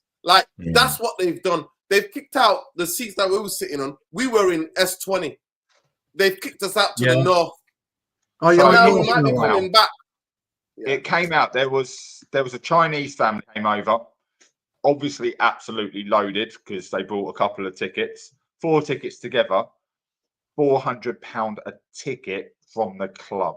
They had the receipt for the ticket. Those tickets, Stu, were your not you personally, but your season tickets sold back. Would have been my seat. Yeah, would have been my seat. I'll tell you now, guys. Back £400. You're paying £600 for the season. They're paying £400 for one game. Exactly. Now, what's going to happen, guys? And mark my words, in 5 years' time, season tickets are going to be gone. They're going to be gone because 100%. They'll be able to sell every seat possible. They don't need me. They don't need anyone. And Nuruddin, I tell you all know this. It's called the conceptification of Correct. football. It's the Americanization plan. It's like the Super Bowl. Yeah. In America is an event. That's why they have the halftime show. There's an event, and the tickets are like the level. Only that 1% or 2% of the richest people in the population could only afford to go. Unless you work for a corporation that's taking you there. That's what they've done. And guess what they call us? Legacy fans. Yeah, they do. They call me a legacy fan. Yeah. I in fact, Nuruddin, I was on a show and Jarvis was with me, or he's in the chat, and he'll remind. I'll tell him about this. I made a short speech, as I always do, about 4 years ago, about that I wasn't required anymore. Jarvis remembers this, and I said, and then funnily enough, about a week later, Legacy Fans was born. I didn't coin the phrase, but I made that very point that I was no longer required to fund Manchester United. And that really upsets me, because I bet you Mark did this, and I know you did, Nuruddin, and Jarvis, you would have done. League match ticket book. How proud were you when you first got your league match ticket book? Because back then we couldn't afford season tickets because we were kids, but you had a league match ticket book, and it meant so much to you, didn't it? Mine was my ticket stuck to my program. Yeah, so however it was ticket program. Mine was in a book. Program, stack it. Sorry, I did that with the ticket. Yeah, but that's how important it was to us to be able to have that league match ticket book. And then you phone your mate up today, say, "Should we go down the Wolves today?" Yeah, go on then. Hop on a train, half an hour for me, and you're at Molineux watching football. You just can't do that anymore. And that's why I don't like modernism. I know I'm an angry old man. I get it. I really am. I'm not. There are some. No, but Stu, to be fair, you're not talking about your angry old man. What you're talking about is a structural change. You're not harping on back to what things used to be. What you're basically exposing and explaining is that how working class people who started this game, who created this game, who sustained this game for a longest time without the billionaire class or the multi-millionaire class and the middle classes of this society and the upper classes getting involved in it and actually damning it. I mean, how football, because of violence, that football was the scourge, wasn't it? It was the Thatcher. We remember Thatcher. Yeah. We remember successive governments saying football fans, everything to blame, everything that's wrong with society is because of the football fans. All of this was so we're damned, and now they saw the popularity. This is nothing new. I have a degree in sports, right? And in one of in the history of sport, I studied when we looked at football, and I did the module about football. What we looked through, we looked how did football became, and obviously most people might know if we're in different countries, but majority, a lot of football fans know it was a village against a village with a pig splatter. Yeah. And people actually bought weapons. People bought weapons. It's 1,000 against 1,000 kicking about pig splatter. And people bought weapons, you know what I mean, to be able to do what they're doing. So, go ahead. No, it was really. I have been sickened by the club. You're absolutely right. And Lee Porter was right, by the way. The population is 3 times what it was in the 70s and 80s. Absolutely. Parker, But Lee, I tell you what, dude. Yeah. You're 16, 17 years old, and you're jumping on a train, go to Manchester. You have a pint. You know, you didn't have to have fake ID back then, by the way, pal. And you you walk to Old Trafford and you get your ticket. And I would love kids of today to be able to experience that. That's all I want, to be able to experience what it means to be able to go to football and enjoy it. So that's what I was going to say. Like, obviously, I live on the South Coast. No, go for it. You just hit nail on the head. I live on the South Coast, so if I wanted to go to Old Trafford, I need 2 season tickets, right? I can afford 2 season tickets. You know, take my son up. Forget what I do as a part-time job with coaching. I could take my son up Old Trafford every weekend. I'm paying 1,200 quid. I would pay more than that out in my travel to get to the things. Be 100 quid a day. You know, every game, £300 up and down. Food costs over that day. You know, get outside of London. I would have London, then up to Manchester. So say another 200 quid. Every game would be £1,000. You know, every game would be £1,000 per person. You know, and we get all these social media. I can't stand our the trusts and people like the match going fans. If anyone mentions match going fans to me, I'm likely to go fucking mental, because our football fans, they play football on a Saturday, so they're not a real football fan, are they? You know, coaches, people like that. Like, people who know football aren't football fans. It's the biggest bullshit that's put out from clubs. It's just PR bullshit. As you said, we are prawn sandwiches. We are prawn sandwich club. The team was never wrong, was he? When has that changed? We were a great club when we were a prawn sandwich club. We're a rubbish club right now, and we're still that. So it's never going to change. We were a bit ahead at the time, Mark, weren't we? I think we'd all agree with this, and the devilish tacticos, I know, will. We were ahead of the time. Nuruddin touched on it earlier. I knew you did, Mark. What Fergie built was ahead of the time. Yeah. The stadium redevelopment was like, fucking hell, what's going on here? Manchester United are filling in the sides and making a nice bowl. Then they're going to add to it. We're going to get left behind. We need to do this. We're ahead of its time. We weren't ahead of its time. Chelsea from us. Sorry. Who was it who left Man United, went to Chelsea? I can't think of his name. Peter Canyon. And the reason they wanted him to bring because all the knowledge to Man United. Exactly right. Of what and they went and copied us. And look where they are now. Yeah. And the interesting thing is, we weren't the pioneers of floating on the stock exchange. Tottenham were. Mm-hmm. Then came us. But we pioneered football in the UK, didn't we? We made the Premier League what it was.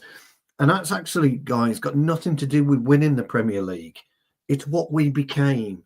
The way that we would be able to attract money, our eyes onto the Premier League was all about Manchester United, wasn't it? We all know that. We all knew that.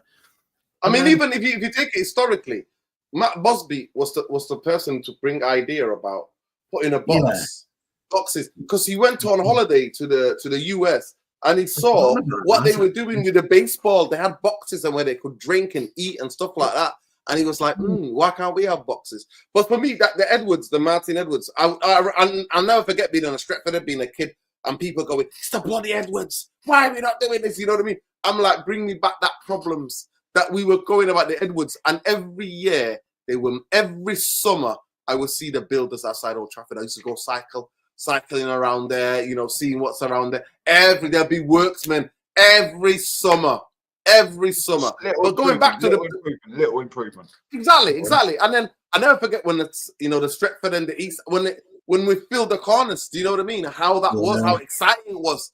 Every other couple of years in the summer, it'd be like, going back, what's changed? We used to, that stand, how many people are going to be in that stand till we grew to where we grew. And in the 20 years the Glazers have been in charge, nothing other than put liquor paint. That tells you everything. But for me, one of the worrying things, I don't want to be the doomsday and I don't want to make predictions, and I'm hoping and praying that I'm wrong, but I genuinely do think they're waiting for the tent, the circus tent, because that's what the new stadium's going to be, is a circus tent. The plans are there. They're waiting for that. Yeah. And I genuinely do think that's where the money is. And they're saying, well, they're going to start saying, well, it's difficult, it's tough. And even Gary Neville even gave it the green light. Gary Neville came out in American television, overlapped the US, and he said, yeah, football comes in cycles. Absolute utter nonsense. Coming from you, who took Salford to where it is now. Football comes in cycles. Are you taking the piss? He said, Man United should have the greatest facilities.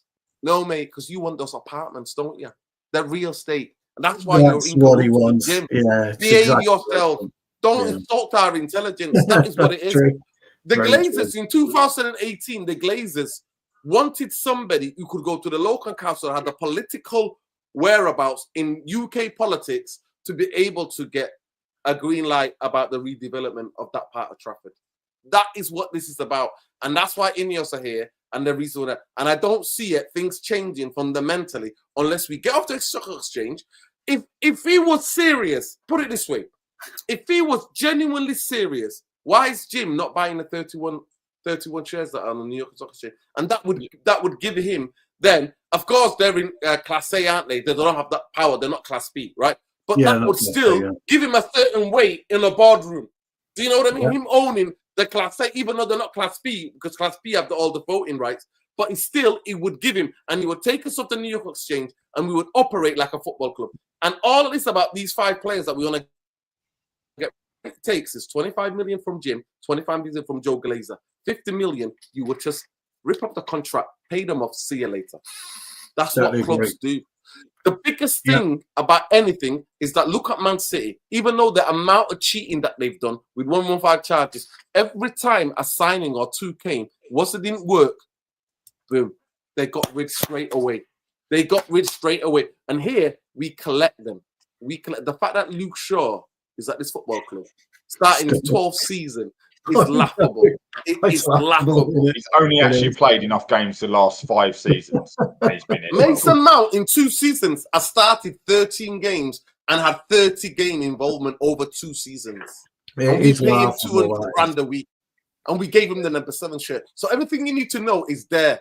It is there. It's not rocket science. It is there. And majority of us who pay attention can see what's happening. And they're waiting for that stadium. Maybe some people say that they're waiting for the same so they can sell for 10 billion. I don't think so. I think they're thinking about, like you said, getting rid of season tickets altogether and having a concert, boxing, these big events, and bringing the American football and Beyonce and all of that kind of BS. Yep. Yeah. And honestly, the last thing I would say is this on this topic is that I even think genuinely in the next 3 to 4 years, football is going to change. Football is going to be, instead of having just halftime, I think it's going to, the way the TV is moving, the way social media is moving, the way that the kind of the brain span of the next generation, of the coming generations are, the way that they're getting conditioned with the shorts, a minute or half a minute. The people, I'm telling you now, you look at how many American owners own Premier League clubs. And soon the problem. They're going to vote in and say, we want 3 quarters. So we'll have 30 minutes or 27 minutes until we can get adverts in. Because that's what the billionaire class do. They're never going to stop. The greed is the greed. They're never, way of the vulture capitalists, they're never going to stop because they want more and more and more. Yeah, it's true. I think there's been a lot of good points here. And we can almost take it back full circle about, has Amorim been backed? No, because you're right. We were just talking about little changes always used to happen, little improvements. I could call that the little 1%. Balesford, we bring someone in to do an old job, something we used to do. But we're saying about backing stuff. We can't even sort our board out. We've had a new board, but we're still changing. So is that why we're holding up? Is this why Amorim isn't being backed?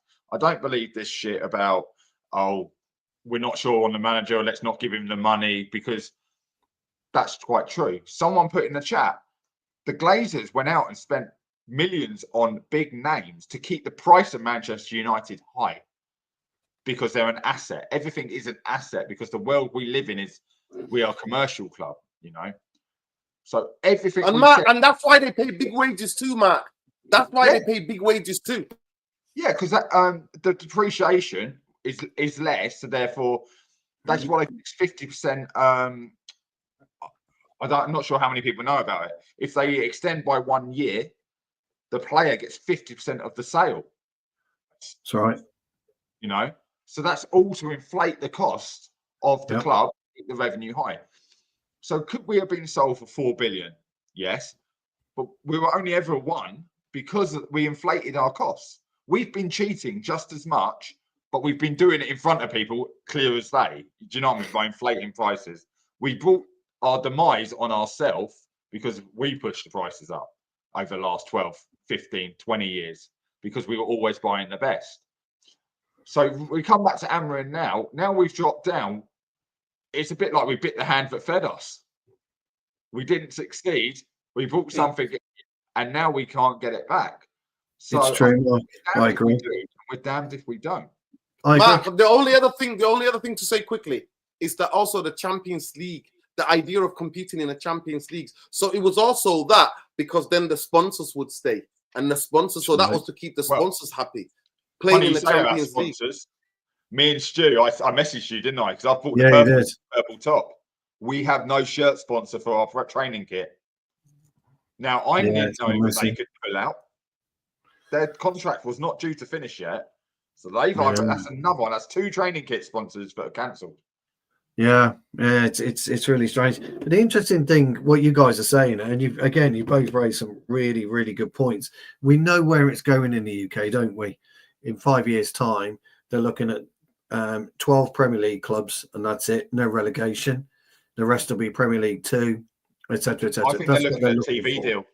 I think there's going to be a Premier League channel, isn't there? I think there's going to be a specific. France have done something now and sold pretty much all but one game every weekend will be on like their version of Netflix. Yeah, whatever it is. Yeah, and the Premier League are looking to do that. The old Sky guy. Oh, what was his name? But wanted Man United. Begins with them.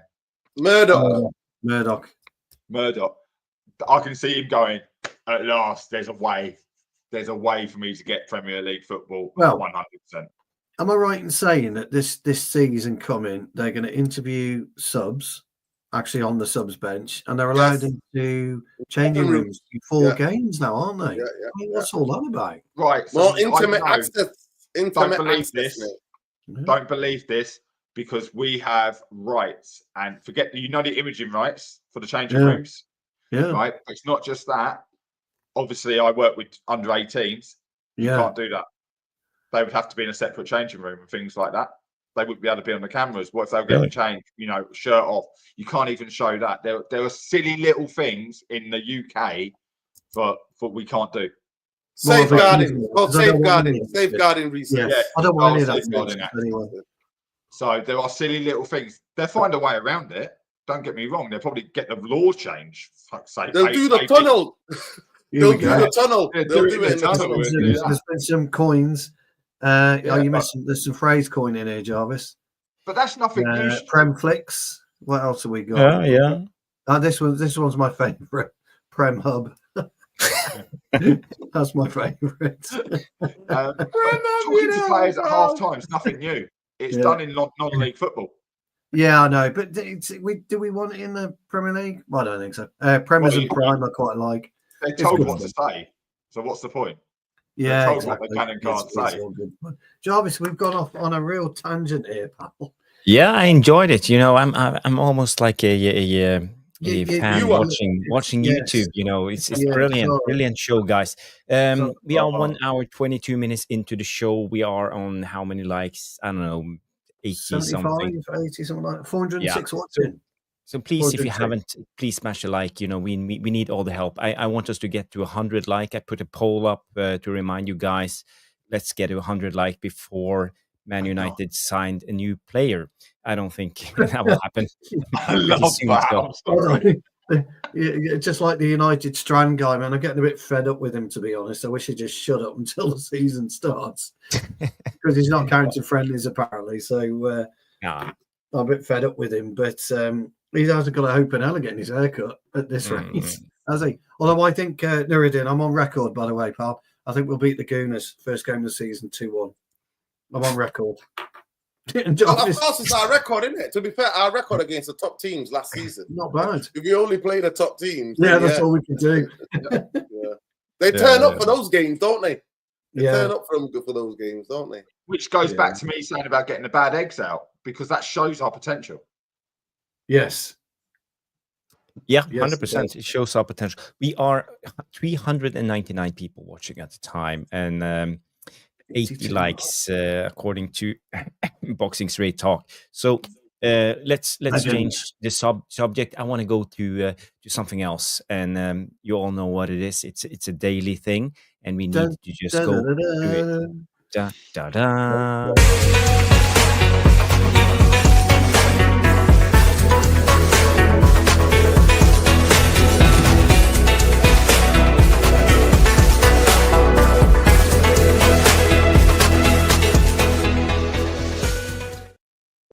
Yes, welcome to the Daily Jackson, and tonight we're going to delve into the latest Nicholas Jackson news. It's from the Chelsea Dodgers saying Nicholas Jackson doesn't want to leave Chelsea this summer. He is taking on board all the criticism and competition. He sees it as a call to improve.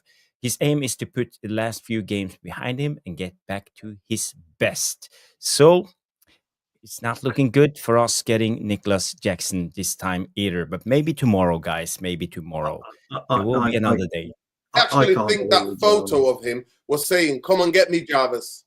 I think that's what he was saying. Saying, "Jarvis, come and get me." He is. In fact, rumour has it, Jarvis. Rumour has it. When Amorim walked into his office on Sunday, that particular picture was on his office door, just as a reminder, with a "Don't forget about me, Ruben." On the door. So good old Nicholas. And a note from Jarvis from Norway saying he's the man. He's the man that will bring us back. But the best thing I think he's been overtaken, Jarvis. I think you have to talk about the competition between Jackson and Calvin Lewin. Oh, yes. Mr. Brand himself, the model. Before we do Calvin Lewin, I did hear that basically they were looking into signing Jackson, but our transfer people are so on it, they tried to sign Michael Jackson. Hey, he's here all week. I'm sorry, Miss Jackson. I am for real. Do you know something? If Jarvis hadn't put that picture up 3 weeks ago, the Daily Jackson would not exist. It's the love affair. It's the love affair. It's the love affair. It's the love affair. Jarvis's favorite place to go, Spain. Jackson grew up where? In Spain. You see the love affair. It's the connections here. You know, Jarvis, Jackson. Even goes together. Jarvis, Jackson. They come together. The legend as always. The legend as always. Sir Nicholas of Jackson. I wish I knew somebody who knew you, Jarvis. I swear. I would get him to give you a phone call. I'm not going to lie to you. I need to let him know he's got the biggest admirer. The tactical devils. I want to go to some rumors. You know, we all know it's a lot of bollocks when it comes to rumors, but we have been talking about it for a month right now, I believe, and it's. Let's just spend 10 minutes talking about the latest, because this came out today. It's Richard Rios. We have been linked to him a lot of times. He's a hard combative midfielder, box to box, plays on the right hand side. He's been doing really well in the Club World Cup, and he's on a cheap price, 25 to 30 million euros. And Inter and AS Roma has both reached out to Palmeiras for Richard Rios in the recent days as a midfield target, and the request from the Brazilian club is as cheap as 30 million euros.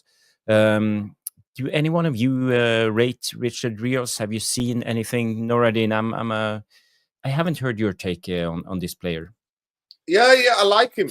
I like him actually. He's a type of number 8. He can spread the ball. He's got that kind of South American kind of aggressiveness, but obviously he's not playing in the Premier League. So for me, when it comes to coaches, when it comes to players, I have PTSD.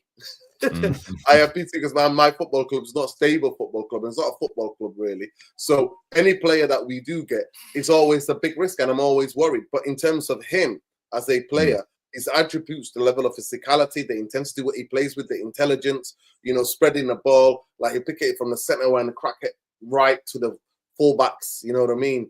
Feet. And he has that South American fire. Yeah, he has that. He has that. Yeah, he has that. He plays for Colombia, if I'm not mistaken. I watched him in the final of the Colombia, and I actually, they say never buy a player of an international form. I actually thought we should have bought Nevier instead of Poborski, but that's history for you. but it's one of these things.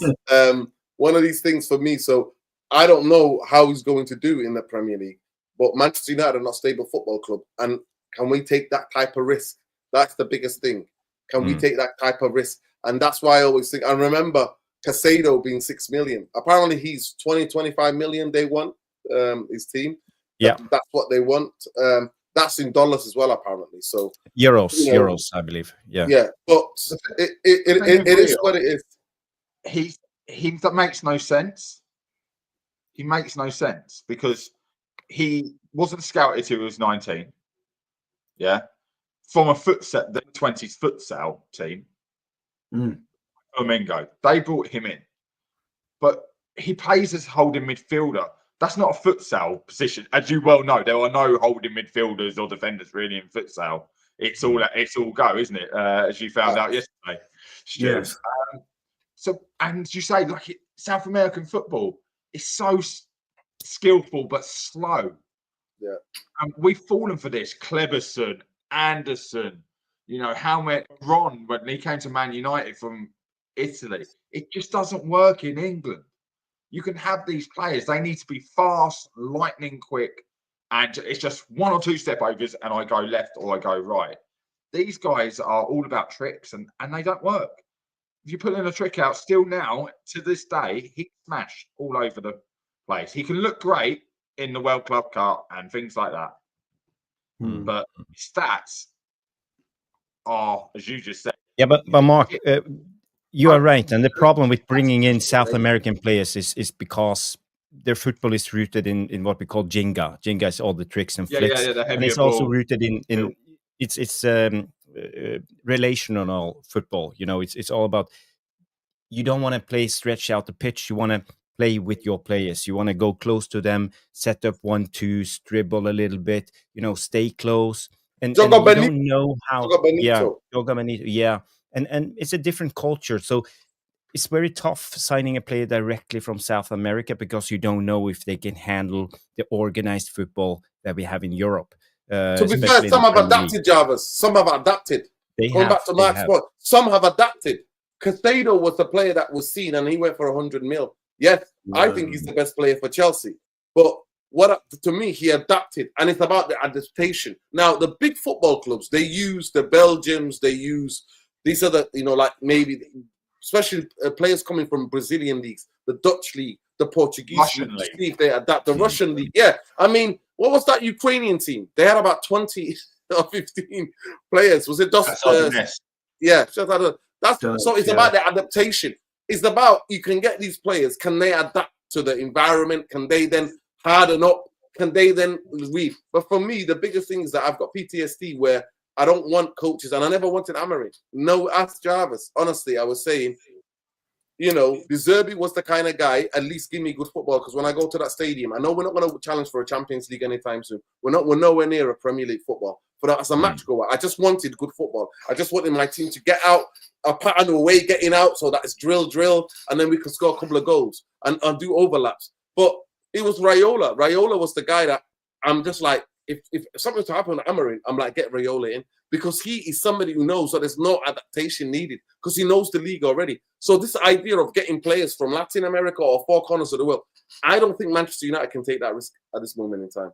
I think you need to go and buy players who are in and around us, for the teams that are in and around us, who are here, who are physically available, gaming week in, week out, and then who we can get 6 out of 7.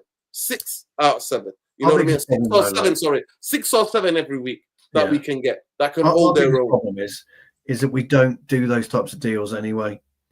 We don't go and get 20 million Richard Rios. We don't go and pay 6 million for Sanderberg, 4 million for Haaland, 6 million for Casado. We don't do those deals.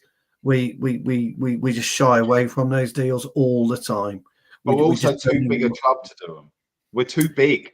Brighton can get 6 million. Man United don't get 6 million. I know, but we are. But we should be. I'm not saying we go and get Richard Rios, by the way, but what I'm saying is we should take a risk and a gamble at this time. We got we get charged 20 million for a £6 million player. Yeah, right, that's our problem. But we have to deal with that as a club. You see, we got Polina on the market for potentially 30 million, right?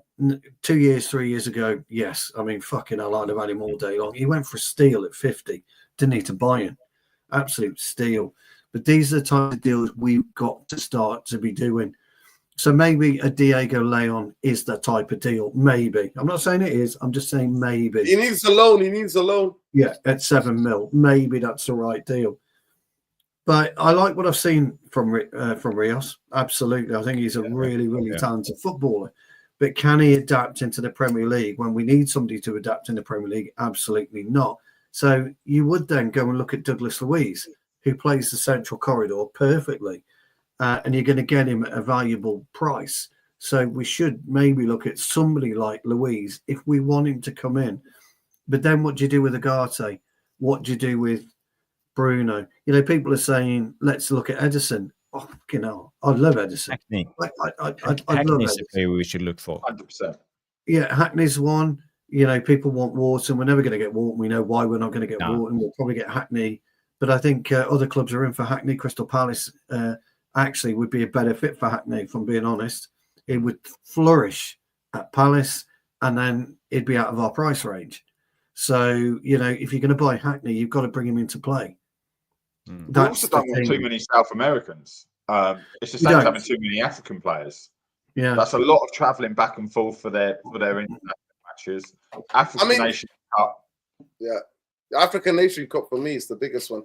But listen, I just took Unana goals in January and then he never comes back. But the idea that Manchester United, I've got a goalkeeper like that who's technically flawed. It's not about confidence. He's technically flawed in the way he does things. 100% is. I've said this many a time with Stu. It's incredible to think that everybody can see it, but yet we're stuck with him. And that's what I want to go back to the point. INEOS and Glazers think putting Manchester United on a water diet is going to solve this problem. No. It's not. In modern football, you need money and lots of it. And what you then need is a technical, well-informed board, and key positions in key areas. You need guys who know what's going on in world football. So then you can spend that money wisely. At Manchester United, we don't have that. We don't have the money. Even if Wilcox was great, even if Omar Barada was incredible, we don't have the money. And the idea that we're going to go back anywhere, we're going to get into this Super League, innit, technically. Let's not be around the bush. This Champions League format is basically backdoor Super League. Yeah. That's what it is. And now everybody's earning over 200 million. And you see that I earning 600 something million we made last season. City, Liverpool, even Arsenal are making more money than Manchester United because they guaranteed that 100 something million over the. And then people, they're not just that 100 million, right? You guaranteed all of the sponsors that come with that. Yeah. We haven't got a shirt sponsor. No training sponsor. Training shirt sponsor, yeah. We haven't.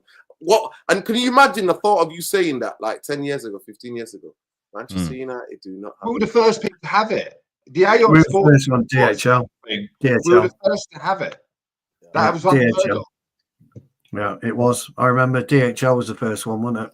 And now I'm questioning people going, are we redoing it, or is there something coming? You know, I'm seeing the fake versions. I'm thinking they don't know what it is this year, and then I see the real kit come out. I'm going, there's no sponsor.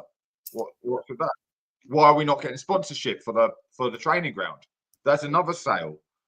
People don't sponsor when it isn't going to get seen worldwide. We're not in Europe. We've missed. Well, it used to be the Aon complex, didn't it? Training. It used to be the Aon complex. I remember going. That's why when I went there when I was younger, and it was lovely. You know, and yes, it is backdated because all we did was add on to the side. It never actually. We just built it and tried to blend it all together. But the indoor arena is still the same with the brickwork and everything. But it's that thing. All right, sponsorship. Sponsorship is key to everything. Yeah.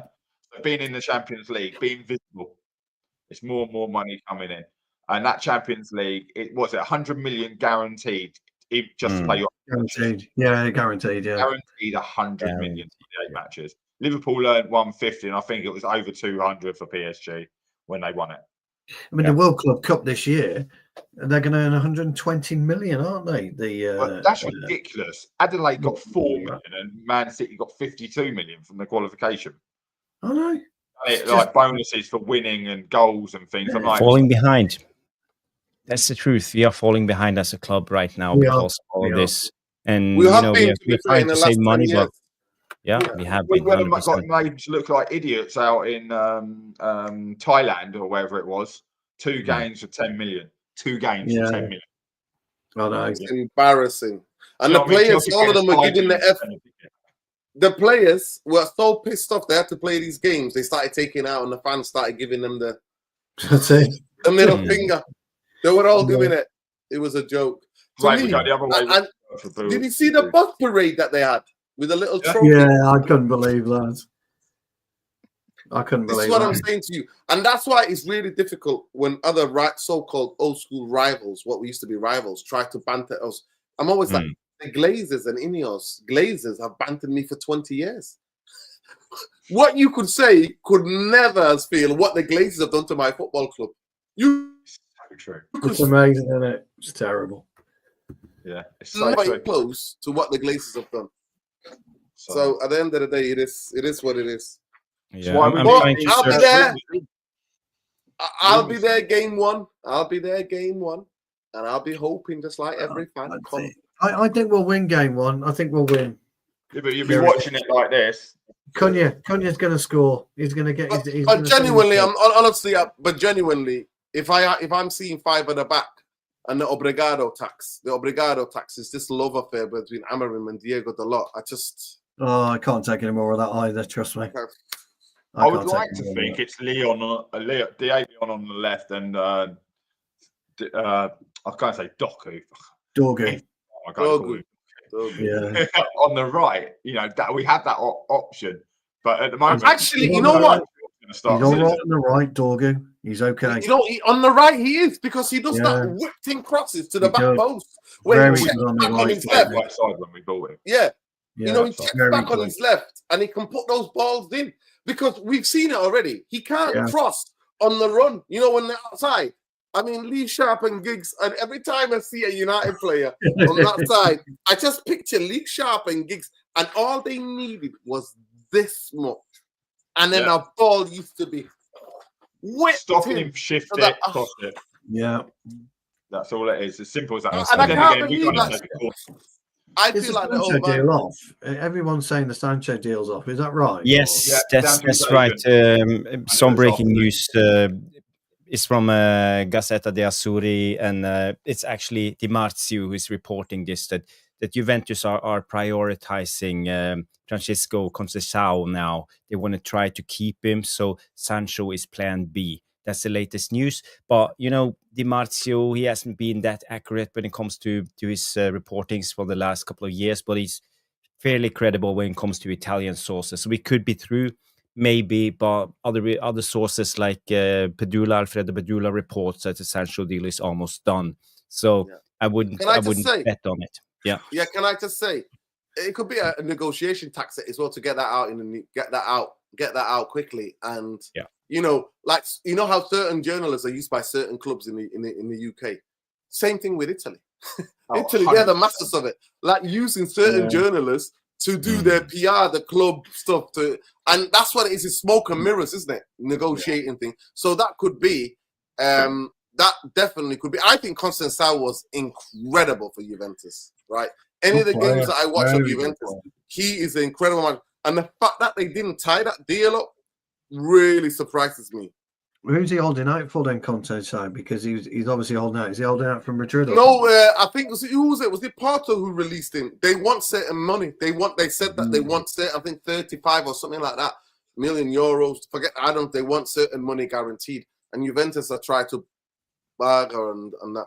I think Sancho will do well in Italy because it's a slower league. It's a type of football that he can. To me, Bundesliga.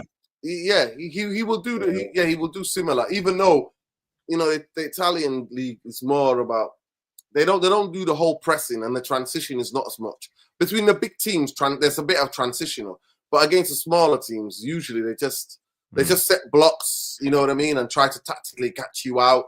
But at the end of the day, if he's looking at it and thinking, well, even if this doesn't happen, I can start negotiating with clubs in January. And wherever I am, I'll just get a loan, and then I'll get a bigger signing on fee next season, and I'll go and sign for a club whenever. I said something really similar. Two things I'd ask myself if I was Sancho is last season, Chiesa went to Liverpool and wins the title. Am I better than him? No.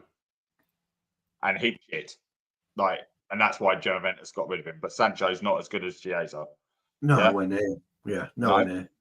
And the second one is exactly what you just said. I can negotiate and have deals fall through, and then next summer or January, I can go to these teams and go, well, look, I was trying to get a move. It just didn't work out. So it wasn't me. It wasn't the club. We all tried. But now, I'll just take the signing on fee and I'll take the big money. Modernism in football again. It could be. It could be that. And or is that the way the players are making us all think of football now? Is there a plan? Possibly. Possibly. We're being brainwashed into thinking that. You're probably right. Oh, but what I'm saying to you, the rules exist in it. For me, when the Bosman ruling came into football, I actually thought, you know what, certain players who want to go, because sometimes certain clubs acted like very dictators in it. They kept players, and they did when they got rid of them when they didn't want the players. So players gave the power balance a little bit. But what's happening now with the signing on fee and stuff like that, I don't believe that, because I think the clubs who bought you for money, who lost you, they need to recuperate some of that money. So you can't just go on a free and get all the money. I don't believe that. No. Who'd have thought all this would have started with a bang average Belgian? Yeah.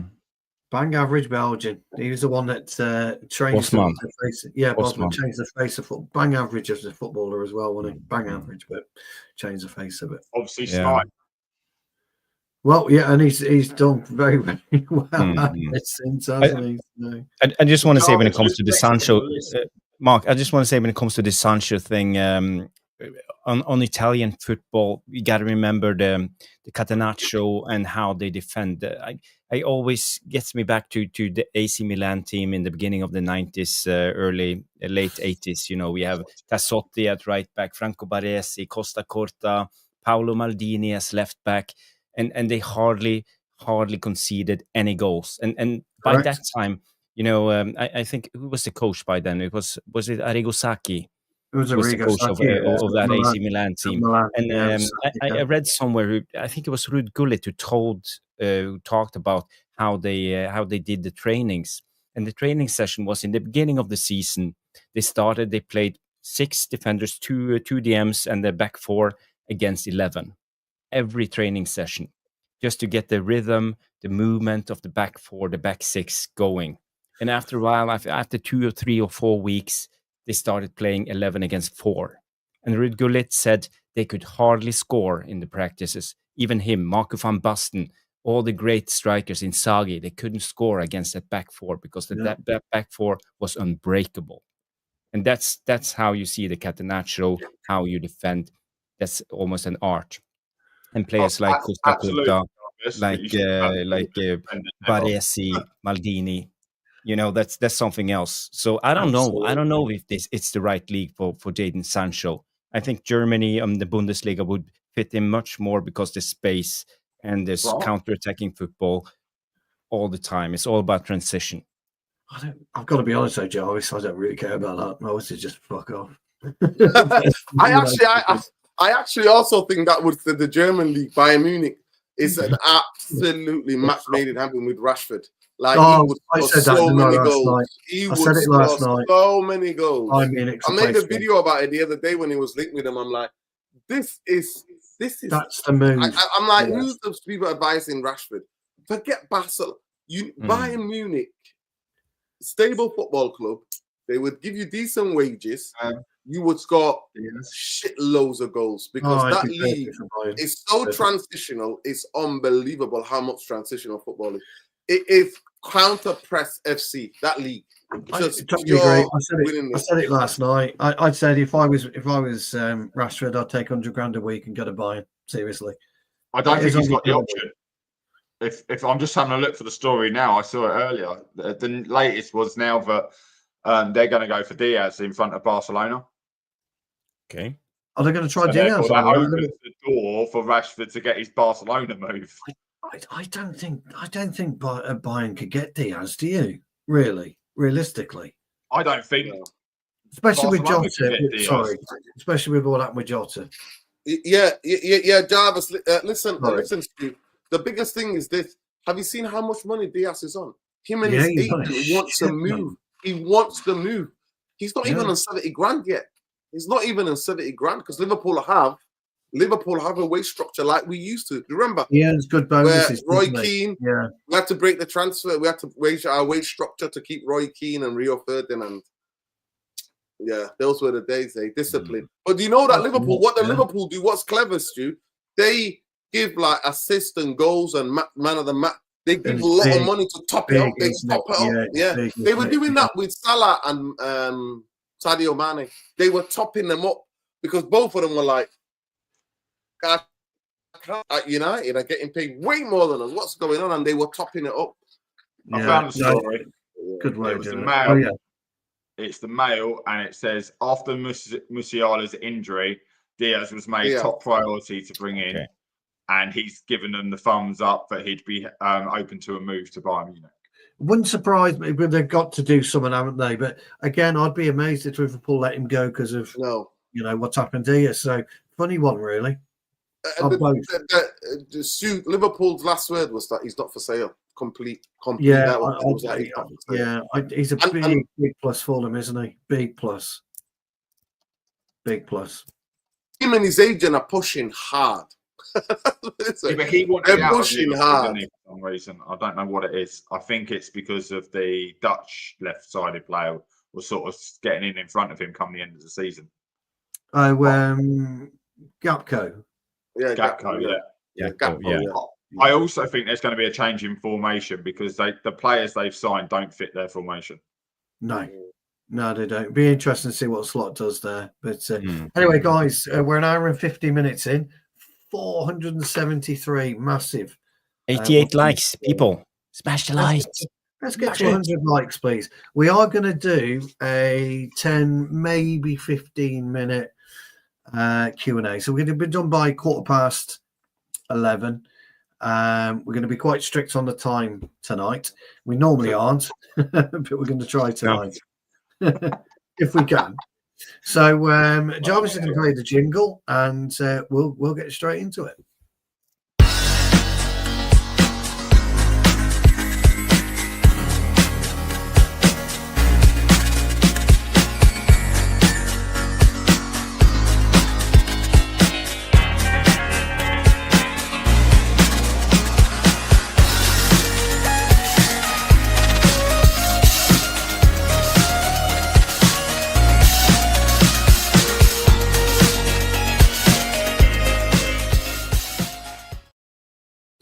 Jarvis, I'm sure you made us look younger in that little jingle because we look very fresh and youthful. Oh God!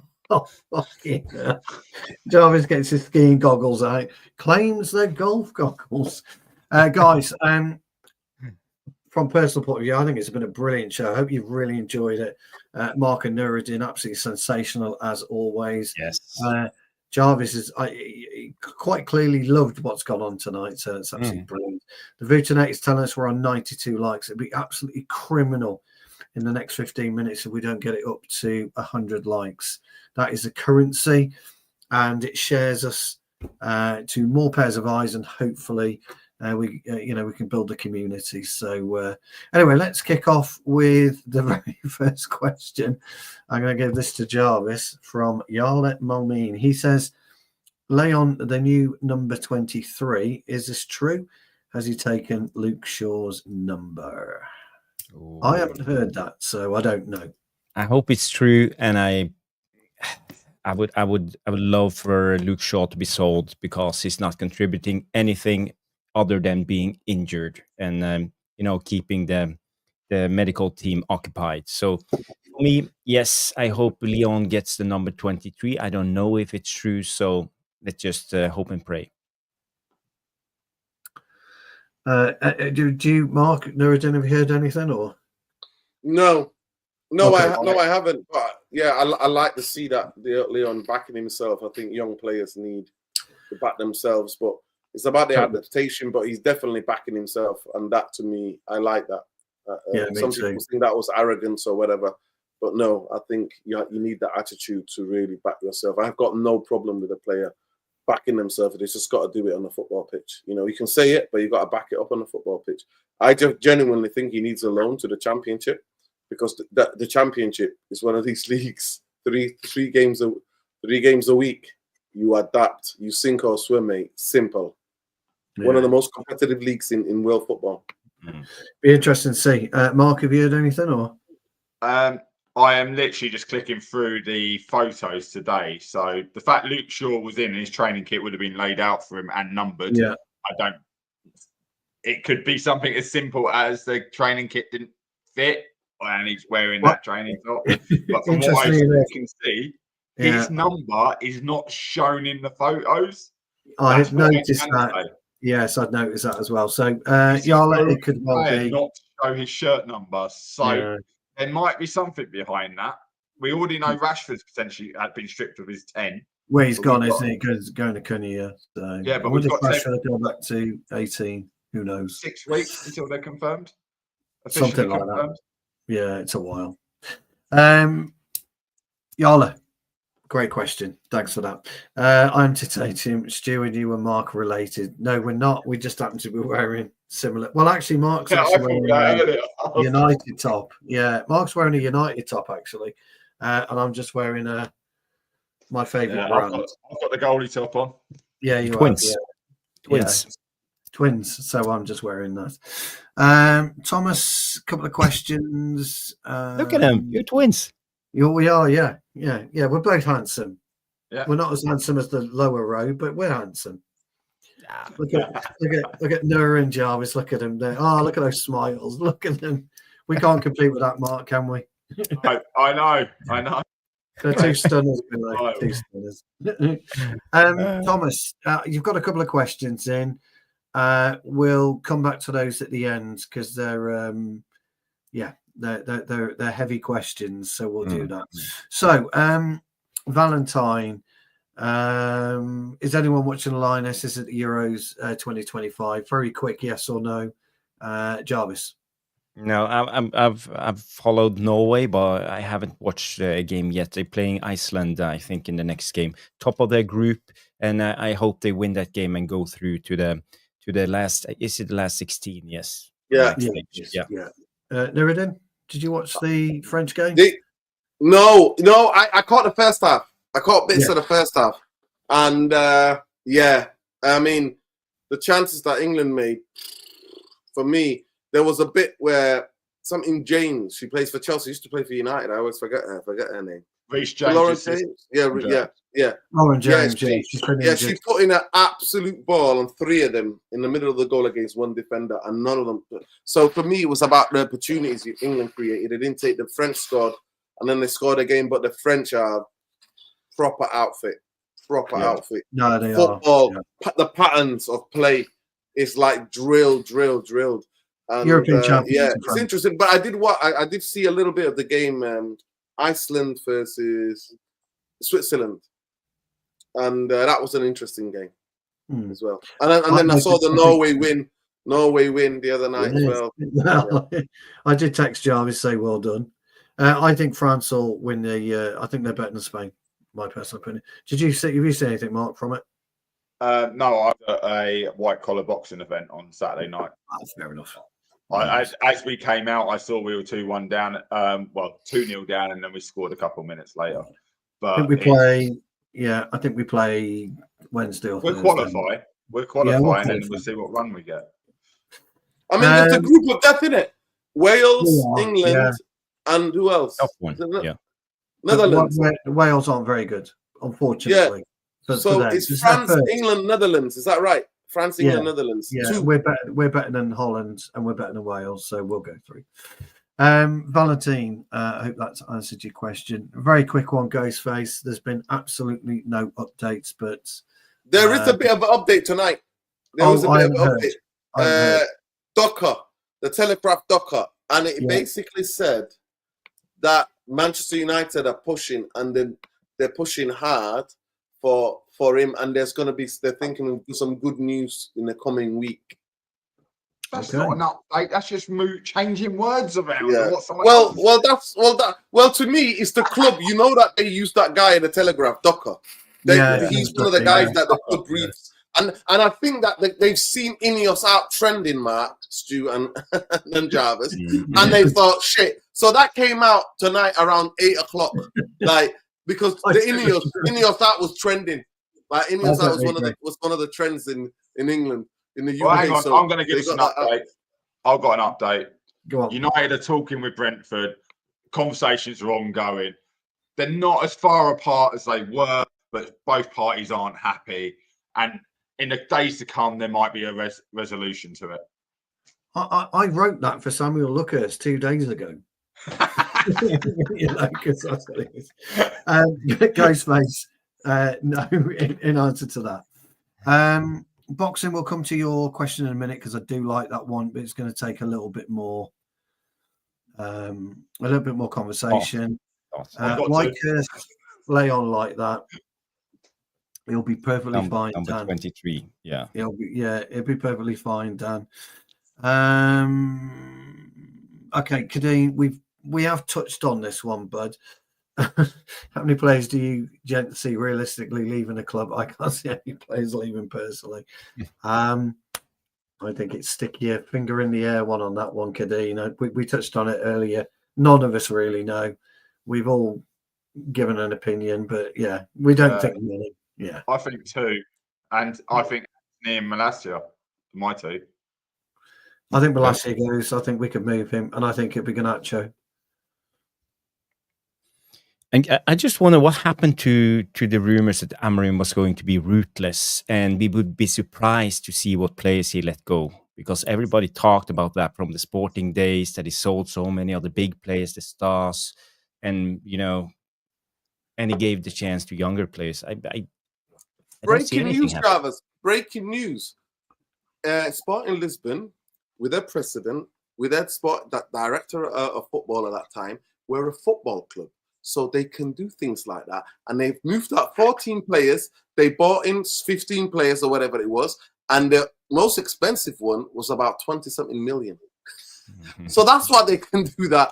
And it was in that league. And they wanted it because they tried for a long time. They got rid of Bruno. They got rid of everybody. They had the money. And then they were like, right, we need to do something fundamentally change. And we need to trust in a guy and play a system.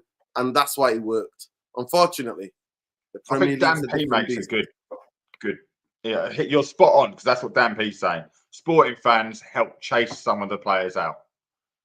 Now, we as United fans have player FC. We do. And you know what? Sometimes I really, when you think about it, so when the overlords of the football club are so hard to reach and so hard because they live in the US, we don't see them, they never talk, all of that kind of stuff. You understand what happens with the disillusionment and the frustrations. The fans start arguing against each other. Then Player FC is created. But Player FC is a phenomenon in football anyway. You've got fans now who don't support football clubs. They support players. So wherever that footballer goes to, they support that team. Yeah. Johnny K, the legend, absolute legend. Apparently, Brentford are open to communications regarding the selling to Manchester United. Johnny K, absolute legend. Guys, we're on 98 likes, 484 watching. 2 likes, please. Very quick one, guys. It's one word answer. Calvert-Lewin or Callum Wilson? Mark, start with you. Calvin Klein. Okay, yeah. Nuruddin? The model makes sense. The biggest fit is the Manchester United, Mr. Brand himself, Calvert-Lewin. So he'll model all the kits. We will get a new sponsorship for soon as he puts on one of those training tops, we'll get a new sponsorship, and he'll bring a lot of money in. Calvert-Lewin. Plus, he doesn't have to move house. He lives in Cheshire anyway. That is very true. You know, and he's walking around Manchester. I swear to you, no word of a fuck. While we're cycling, and we saw him a couple of months back when the season was still on, and then some guy shouted, "Weren't you supposed to be a footballer?" Yeah, that's about right. Jarvis, Calvert-Lewin or Wilson? I would go for Wilson personally, and just stick him in front of inside of the 18-yard box and try to hit him with the header or something, because I think he's decent, but they're both injury prone and old. So yeah, it is what best it of is. the bad bunch is Callum Wilson. Yeah. But I'll probably get Calvin Harris, and I hate all that dance music stuff. So they're both permanently injured. Matty, that's answered your question, buddy. Let's be real, but let's be real. At least Callum Wilson wants to be a footballer. Let's be real. He does want to be a footballer. Yeah. He still wants to be a footballer. Yeah, true. Again, another quick question. Yes or no answer. Who's done that? Sorry for it. What you like. Very quick question. Yes or no on this one, because we're running out of time and we've got questions to go, and we've got some really good questions I'm saving. Will we win a league trophy again in the next 15 to 20 years? Yes or no, Jarvis? I want to say yes. I want to say yes. I'm going to say yes. Mark? Absolutely. And Nuruddin? Not if the Glazers are in charge. No chance. Not a chance. Unless we get, for that to happen, we have to get, everything has to fall. We have to get a genius manager, and then he's got to do some madness in the market with a director of football. And especially in modern football, if we're on these, if they have the austerity that we have, the cuts, it's not happening. I'm sorry. It's a billionaire club now, and you're not in it. Unless your billionaires are willing to bend all the rules and break whatever to win. The biggest thing in modern football, and Ibrahimovic was the guy who first showed us, is that you can't just win being passive. You've got to win. Your owner has to, the owners on the board have to be so ambitious that they're willing to do certain things to win. And unfortunately, I got no issues with that. Yeah, I think Ibra was right, but that's my thing. I hope and pray we will. By the way, I hope and pray we will. I really hope and pray we will. So do I. Stephanie Hooley. Big up DJ Superfly, by the way. Big up DJ Stephanie Hooley. Question to all the panel, considering how bad last season was, are you surprised? Fortunately, we're not, Steph. At the way United are working in the market, considering it's a so-called big window for us. We did touch on this earlier. In fact, we've spent 90% of the show talking about that. Jarvis, I'll give this one to you, pal. It was to all the panel. And I'm not surprised because I actually said this on Noradin's channel repeatedly. And I don't want to be seen as doom and gloom, but, I know this club. I've followed this club all my life. And even with INEOS coming in, I know how everything works. It's because of the New York Stock Exchange, the Glazers, how we move. We move slow in the market. It always hinders us. We go for option D, E, F, and G, and even X at the end. So, I'm not surprised. But I'm still living on hopium. I still hope that we can fix this. Things can turn around. I would love to be wrong on this. I would really love to be wrong. Yeah, me too. I can't see it, but me too. We've got some couple of good questions, so let's quickly go through this one. Catherine No Nonsense McDade is in the house as always. What's happening, Douglas Louise, lads? At this point in time, zip, nothing. It's a tenuous link at best, but it would be good for us. It would fit quite well. But tenuous link. Right. Okay, Mark. Before you do your next question, I found a photo. Luke Shaw is wearing the 23 kit. Oh, he is. Okay. Well spotted. Well spotted. Got one for you because you're quite invested in the youth, as on with Nuruddin. Is Amorim going to trust in the youth before making any big signings? No. Well, what do you mean by trust? Yeah, I think he's. This is the phrase people use. And what do they mean by trust? Because trust is starting them. And that's not happening. But is he going to put them on the bench? Yeah, of course he is. We're kicking 5 players out. We ain't signing 5 players. So there's spots available. But what is trust? Good question. Fergie was the last guy to ever trust the youth. He The was. youth thing, Yeah. the youth gimmick thing died with Fergie. And and LVG. LVG literally ripped them up the contracts and said, "See you later," and he was the last guy. And then Manchester United, they went and go and hire. After they've hired LVG and what he was doing with the young players, they then hired Jose. that to me, that's very true. Oh God!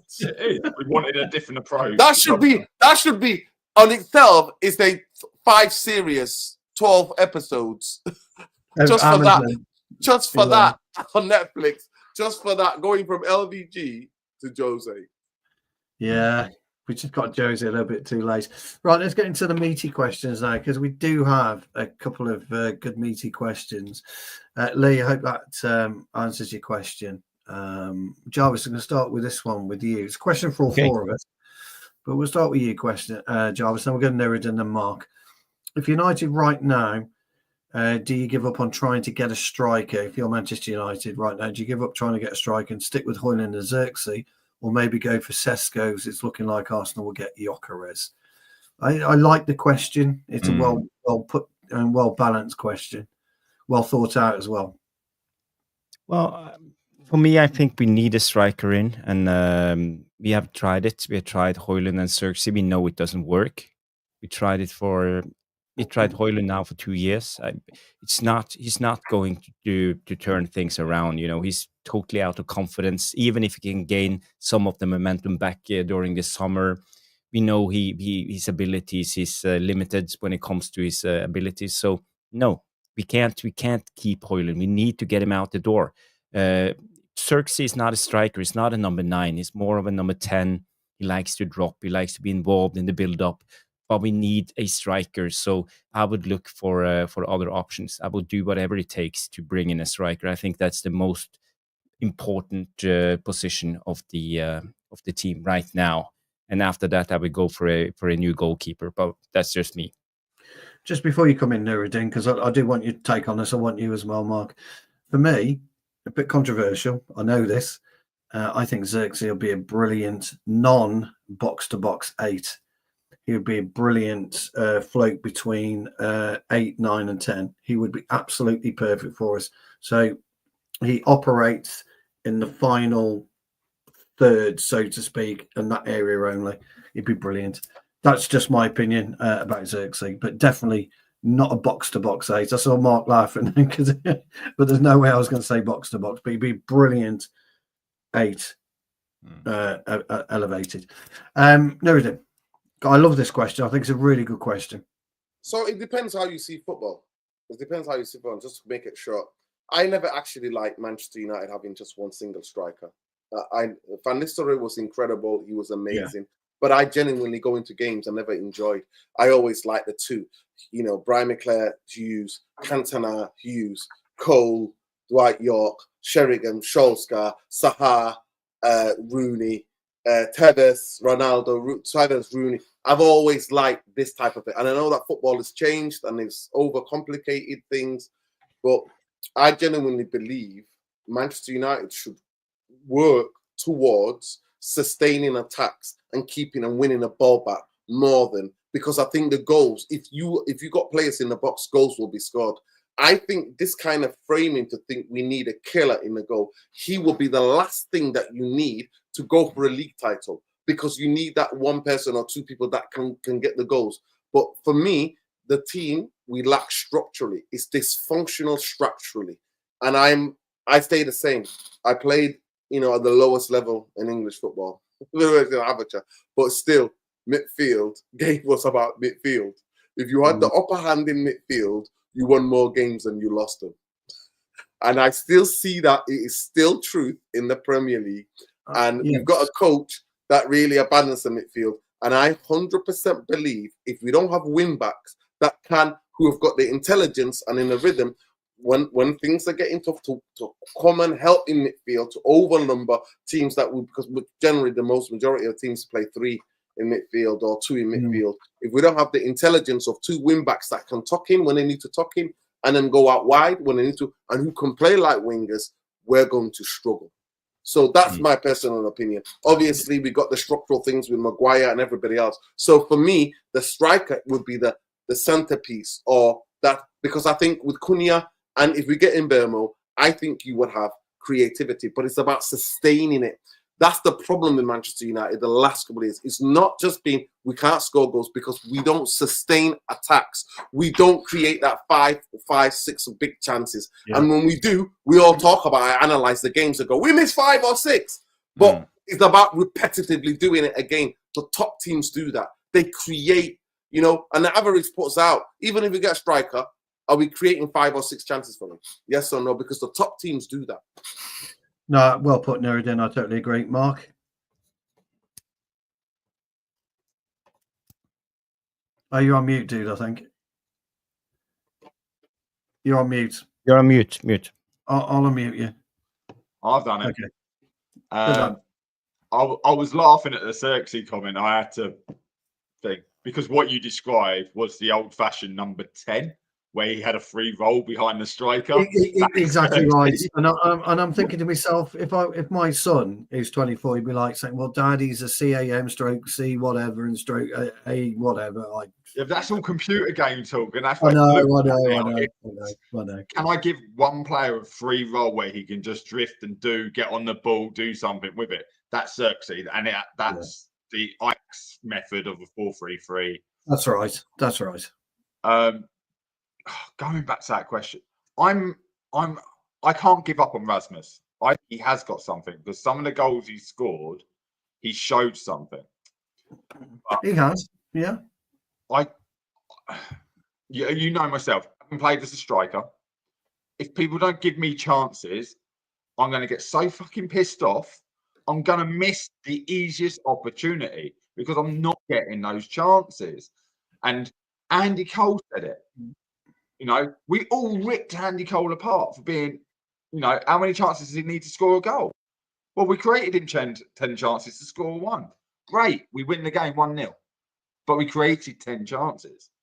Rasmus is 26% conversion rate on the chances created for. Yeah, that's true. He's got the second highest. Yeah, I don't buy that stat. It's not real. It's about his inability to actually take shots. You know, a clinical striker would have taken much more shots and created more chances, even with the service Rasmus got this season and last season. So for me, I don't think Rasmus is good enough. Jarvis. We lost Ruben van Nistelrooy because Ronaldo put the ball in the box, so he couldn't any goals that season as he scored the season before. That's a fact. That's come out in everyone's books. You know, all the players have spoken about it. Bruno's passes are over the top. You're lucky to get on the end. They're not little 1-2s. This is why we're bringing in Mbuemo. This is why we're bringing in Cunha. And this is what I think we have the opportunity to see, to judge. But I always say, who's he learning from? He was 20. Well, you know, I'm not blaming this on Rasmus per se. I'm blaming it on the club and the structure, as Nuruddin talks about all the time. But he needs to learn. But he hasn't showed me anything that he has learned. I've been sitting here all season long analyzing footage, looking at him, looking what he could have done better. It's about, you know, how to protect the ball, how to separate from the centre back, how to do a dummy run just to create that extra yard of space, so you're not under siege in the moment you receive the ball. Suddenly you look a lot better, but he's out of balance every time he receives the ball, and he can't do anything about it. And you know, it's not that hard learning how to separate from a centre back, but he hasn't developed in 2 seasons of the Premier League. It's those small things that I expect a player with. So for me, I don't think he has the footballing IQ to learn the game quick enough. You know, it's not about the ability to learn it; it's about to learn it quick enough. And that's why. And that's where you might be right. But if you haven't got that player to look up to day in, day out to learn that from, it takes a lot longer. It's a bit of a mix. I mean, Mark, I've never played against you, but I would fathom you out as a type of, not brick up front, but you're going to back in, you're going to use your strength, your body weight, rather than running behind. Well, a bit of both. I used to run 100 meters over 11 seconds as well. You know, it's so in my people in the chat. That is extremely fast. That's more than There you extremely go. fast. That's on the extreme end of fastness. So That's almost Olympic qualifying standard, people. Yeah. So I'd have to kick it. But that's good as well. So I've lost a lot of weight. You know, you stop playing and you eat. And I like. Well, you see, when I critique Højlund, I critique him from a defensive point of view, from a centre half point of view. He'd be easy to play for if I was him. So if you're backing in and you're grabbing my shirt here and I'm grabbing your shirt here, I'm pulling you as tight as I possibly can to turn you the wrong way of the ball coming in. That's what I'm trying to do. I'm trying to completely off balance you. One of the biggest issues, though, that I've got, even if you did get him behind me or when Højlund gets in, he doesn't do the 3-step strike. It's 1, 2, 3. And he doesn't hit it on the third. He lets it bounce, and his stride pattern. And I'm not a striker, by the way, but his stride pattern in front of goal is awful. And I count it all the time. 1, 2, 3. You know as well as I do, Mark. If you don't hit it on 3, and you want 4 attempts, bang, I've got you. It doesn't matter where I am on the pitch. If you delay that, you that's where you get the through the leg strike. That delay, that third one where you like you say, you set, you take your touch, and then you're looking for the where you could drag it between the legs. That's fine. And you are right. Everyone's right. And I'm not even going to say Rasmus, but when you're playing up front, are we even sure the 10 players behind him are creating and playing the way that he's entirely doing? We have identified that as well. Yeah, we have identified. How many times has he run to the corner flag onto those balls? Jarvis, you love it. You're saying 16, 18. You know, all of diagonals. Yeah. And there's no one in the box. So he turns around, he loses the ball because he's got no one to give it to. Garnacho doesn't get up on the left, or, you know, someone's cut in on the. There should still be 2 players in the box. And we don't pass it. We kick and run. We're Wimbledon 9 times out of 10. I just want to say quickly, I genuinely agree with everything Mark said. Because not that I don't disagree what Jarvis is saying. We've sat here, Jarvis, and we've watched, you know what I mean? We've talked about games. And it's the most frustrating thing when you go to the stadium. But I want to put certain little bit in context. He's a 20-year-old. He's still growing as a boy. Try to remember what we were all like when we were 18, 19, 20, 21. We think we're stronger than everyone. And then you put in it. There was a term coined in the stadium, and it was called, all our strikers, it was called the graveyard shift. Where do you think that came from? Do you think that came just out of thin air? That came from, because like Mark said, exactly what he said, we don't create, and what I said, exactly what I said, we don't create enough chances. But imagine being 20-year-old. For me, the biggest thing about him is the obsession. Because as Stu just perfectly broke it down for you guys, defenders love a guy who wants that physicality. They absolutely love, because they mainly just keep you in front. They keep you in front. The worst strikers the defenders hate is people who they can't predict what they're going to do. Are they going short? Are they going to turn on me? Are they going to take me for a little wing and then try to get past me? Or are they running in behind me? Are they going in between the centre half and the fullback? Rasmus Højlund, if you look, honestly, Jarvis and Stu, I would really ask you guys to please have a look. The goals that he scored in the first season, even though it took him 8 games, you know, how many games for him to score his first Premier League goal, please have a look at the goals he scored. Everything you said, Jarvis, he didn't have and Stu didn't have. He had it in that first season, especially in the Champions League. That first goal was good, wasn't it? Right. Yeah, and he did have it. But one thing that I have noticed, and this is my biggest bugbear with this fucking football club, is that there's no developmental coaching. You know at the top level how important there is. Rasmus, I've got your clips. Come with me on a Monday. Come with me when you're doing a warm down on a Sunday. Look, what are you doing here? Look at what's his name? The Dutch coach, Morgenstein, Ronaldo. How much you want to score? Yeah, right. How many goals? How many goals do you want to score? So what are these strikers doing? Are you fucking telling me at Manchester United, at the football club, the history of strikers and players we've had, nobody's saying to him, why the F are you doing UFC fighting? Why the hell have you become a wrestler? You're wrestling with Well, centre halves. I He's on his And own. the big thing for me, the last thing for me to say, is the burnout and the fatigue. Because if you Yeah. remember when Eric Ten Hag dropped him and kept bringing off the bench, you look way better. So did Garnacho. When you have young players and you burn them out, and the biggest thing is all of you know, you play football. Kobe. Balance is important. But balance is important, especially if you're playing forward. Balance is important. And what we saw last season was the burnout of Rasmus and Garnacho. Both of them, every time they had the ball, every time there's opportunity, they can't stay on their feet. Why? They is were that? out of It's ideas. the mental and the physical fatigue. It's the mental and physical fatigue. And that's why you are Bambi on ice. And that's what it is. It's the overplaying. Fergie would take him out. If Fergie or somebody that would take him out for so many games, put them back in. We don't do that. Eric Ten Hag and Ruben Amorim played him to death. Ruben Amorim, if you can remember, I just want to drop your memory back, people. Before the Match International, Xerxes was absolutely on fire, coming back from the boos and the cries and what happened to him in that game against Newcastle. He was coming back and he was playing with so much confidence. International break. We came back from international break. Rasmus gets in the team. Xerxes on the bench. What the fuck is happening? Do you know And the what biggest thing, Xerxes was the guy that was linking with actually making Rasmus look better.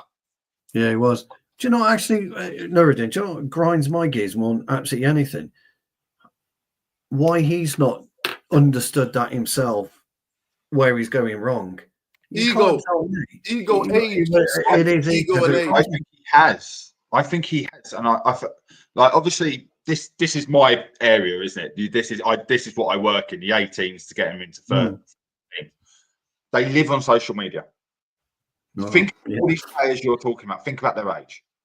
Think about what we hear other United channels saying about people. Think about certain ex-United stand YouTuber, we'll call him, but he has his own channel now, abusing Garnacho outside the thing that went viral.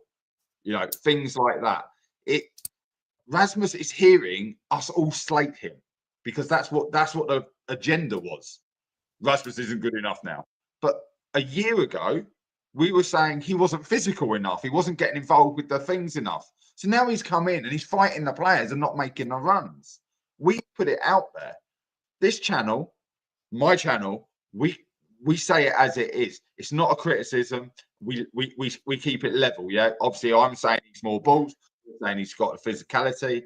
We're giving both sides of the coin. Where some people go out there and give agendas. They watch this back. They don't watch games of football. They 18-year-old, 16 to about 22. They don't watch football. They don't. They play computer games. They scroll on a video, next video. That's all they do. That's true. My only comeback on that, Mark, is, and I've said this before and I'll say it again, where's the fucking intelligence then from him to like take a step back? When a footballer's been that intelligent? Well, Mark, you're right. You're not wrong, mate.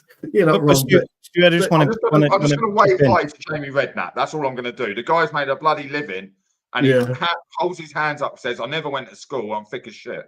Yeah, true. Go on, John. I just want to chip in when it comes to. I said it earlier. It's about footballing IQ, and when it comes to IQ, everybody can solve a puzzle if you have enough time. But the cleverest people, the smartest people, do it in quicker time. You know, in faster. So this is the thing. You know, Rasmus. Yeah, he's a kind of a one-trick pony. He came from Italy. He had learned a couple of things, and he tried to do it in Premier League. We saw it in the first couple of games. As you said, he needed to develop his strength, and he's trying. But when he tried the next season, after been learning the new tricks, he's out in the circus again. You know, he couldn't do it. He's been training this performance. He couldn't do it because when you learn something new, it takes time to develop it and to learn the game. And that's why I don't think he's smart enough to develop his game quick enough. Because the Premier League is racing in 110 miles an hour. It's not the Serie A. It's not a different league. So for me, I don't think he has the abilities to be good enough, even though he's a talented player and he will have a good career. He will score a lot of goals, but I don't think it's in the Premier League, and especially not Man United. And That's why I when can we are never a club be- that's not developing players, and we don't have any other strikers who can learn him the game, that's where I think That's why I've it's never a been lost a league cause. coach. I've never been a league coach because you're right in what you say, and you do have to take into account. I mean, I do when I coach my nephew's team. I talk about a variety of different things, and I always say to them, if you're dribbling around 3 or 4 players, it doesn't make you a footballer, because it doesn't. Anyone can do that. Well, I can't because I'm not that skillful, but anybody can. It doesn't make you a footballer. What makes you a footballer is this: brains, being able to listen, watch, do the simple stuff. The best players on the planet, Jan Molby, only passed it, but the ball 4 yards, but he was in the right place at the right time to always get it. Rodri, 4 or 5 yards. He might do the odd 20, 30-yard ball, but he's in the right place at the right time to do it. If I'm Rasmus Højlund, Solskjaer, yeah. If I'm Højlund, that IQ to sit there and watch and go, that's what I exploit. And that's how you build your IQ, isn't it? Is to look at it. Stu, the modern game is all about memory. Yeah, it's about memory. Yeah. And you got to scout all the time, and you got to remember always be honest with where is the opening, what to do next, because you don't have any time, because the game goes so fast at the current moment. So you have to remember everything around you all the time, and you have to scout all the time. And if you can't do that, if you can't remember where is the opening, because when you receive the ball, you have a split of a second to make a decision, and you have to do it. If you fumble, if you don't do it quick enough, you will get caught right away. So the modern game is all about mental exercise. It's about, and I know now at the junior level, at the lower levels, they train. They have cones with different colors. They show the players behind your back. What color is it now? Yellow. What color is it now? Green. And that's how they train. And this is how they develop the players, because they want to train the memory of the brain in game to be quick enough. I talk a lot. There's about two types of players in the world. There are footballers and there are entertainers. But when you get to the best players in the world, just Zidane's, Ronaldinho's, people like that, they were both.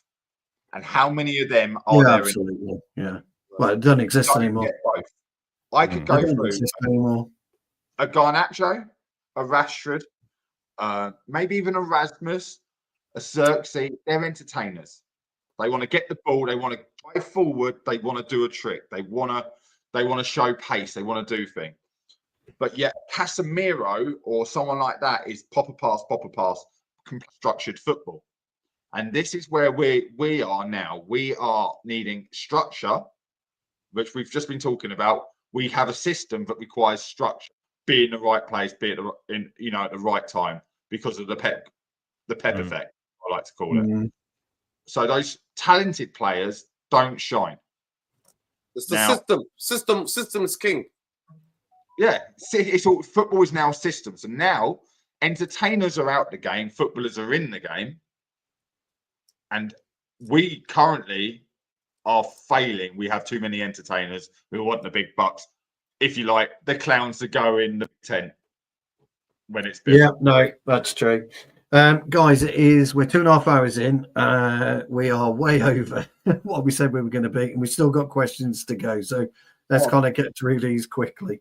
Let's do a couple more questions, because I'll do a couple more. Yeah, Vicky comes in. She makes an interesting point. She's talking about players leaving Saudi Arabia already. One of the biggest ones is John Duran just recently. It's a big upset for Saudi Arabia. But I think she's also talking about Ronaldo's insistence that there's not that big a gap between Saudi Arabian football and Premier League football. And she's wanting to know why more conversations aren't having with Premier League players about going over to Saudi Arabia. So it's quite an interesting question. Religion and law. You are sorry? It's religion and the laws. Yes. It's that. Money's there, no tax, everything like that. It's not about that. It is about, how's my wife going to feel living there? And maybe it's a lack of culture, understanding of culture and knowledge. But I think it's as simple as that. The World Club has shown Al Hilal, who haven't got all the stars, A good side. Good But team. they were a solid side. They played some beautiful one-touch football. They made Real Madrid look stupid at some points, popping around. And they really did their league justice, unlike maybe some of the other leagues who didn't show up. I would have said they were better than the Portos and people like that in the World Club Cup. I've watched most games. So I think she's right. They should be more conversations, but there's stigma. And football is, like we've been saying all night, it's commercial. It's a brand. I'm a brand. Yeah. Henderson went there, destroyed everything. Destroyed everything he stood for. Gerrard is seen as a laughing stock by going and coaching there. Correct. Ronaldo has continued to do what he did, and he's gone there, and the team that he wanted him, he didn't sign for, goes and beats Messi and into Miami.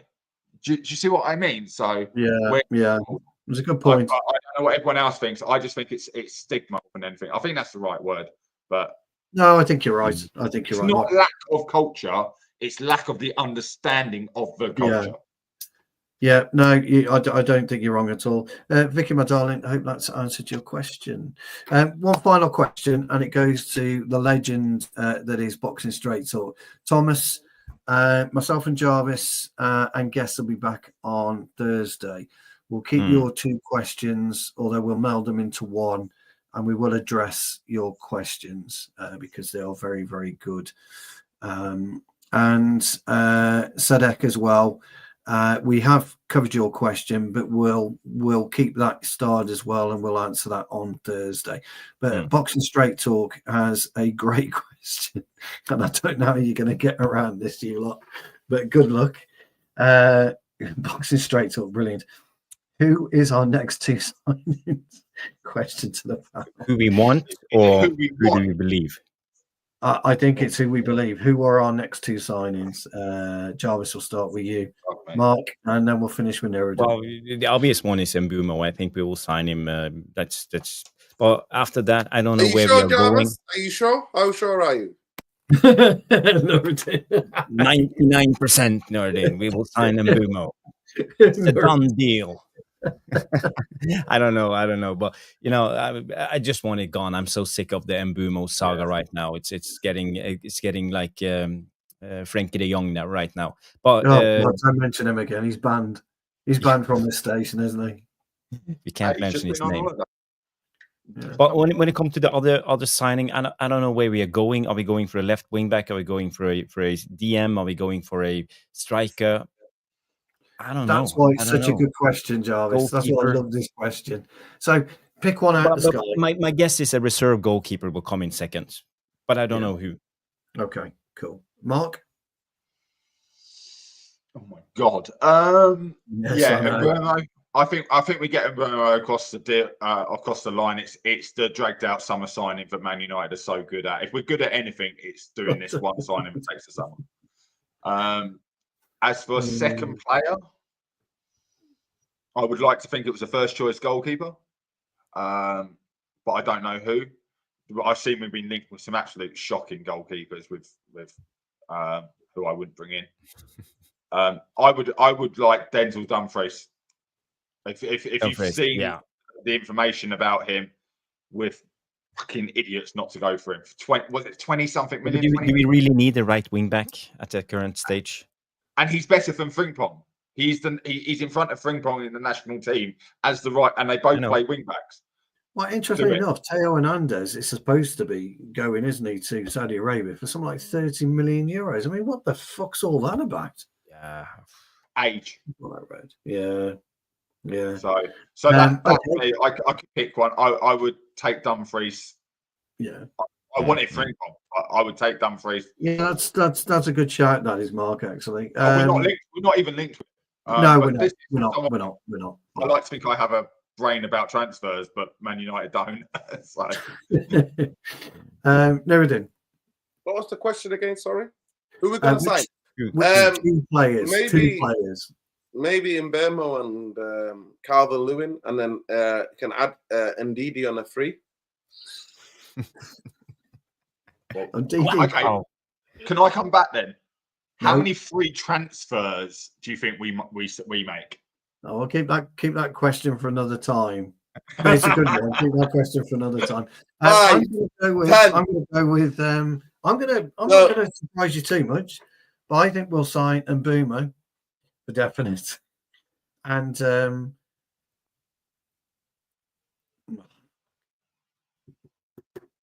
yeah, come on, Stu.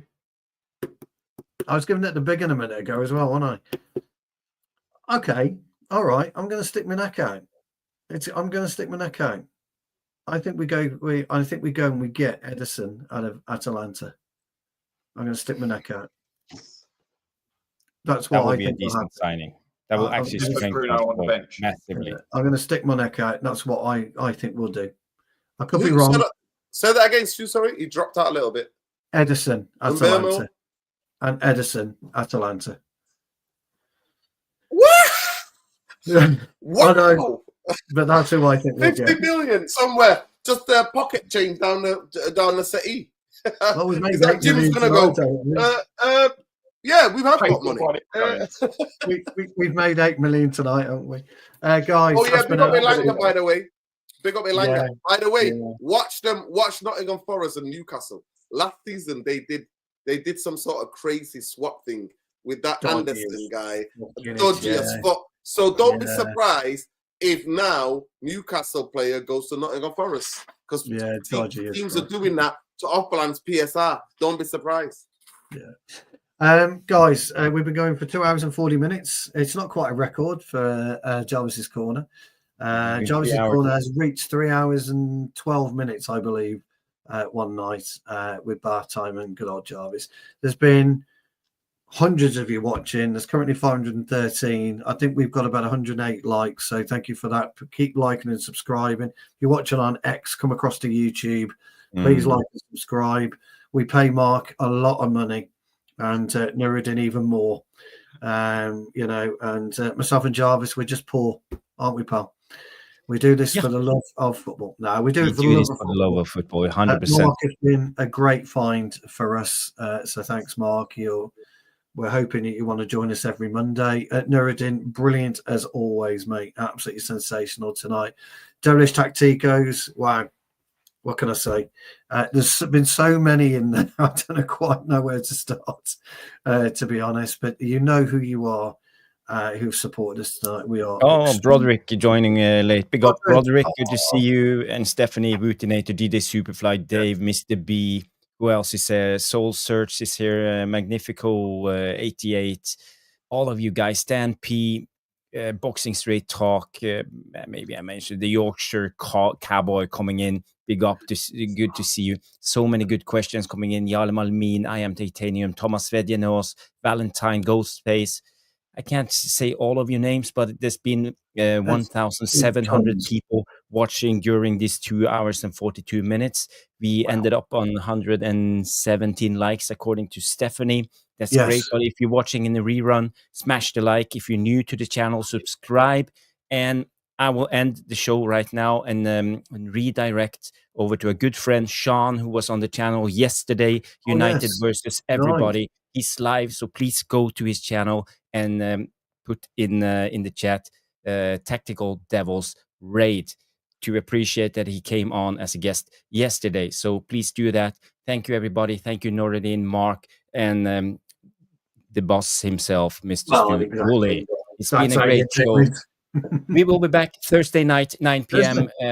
Hopefully, we'll get some guests on. We talked about Graham Bailey so many times. I don't know when he will be available. It's his busy season when it comes to transfers, but hopefully we can get one of the a tier 1 or a tier 2 journalists coming on. I don't know how to rate him. We will see. We can ask him the question if he comes on. It's been a great show, everybody. Thank you and have a good night. Remember, Tactical Devils Raid on United versus everybody. And say hello to Sean from Jarvis. Have a good night. Bye-bye.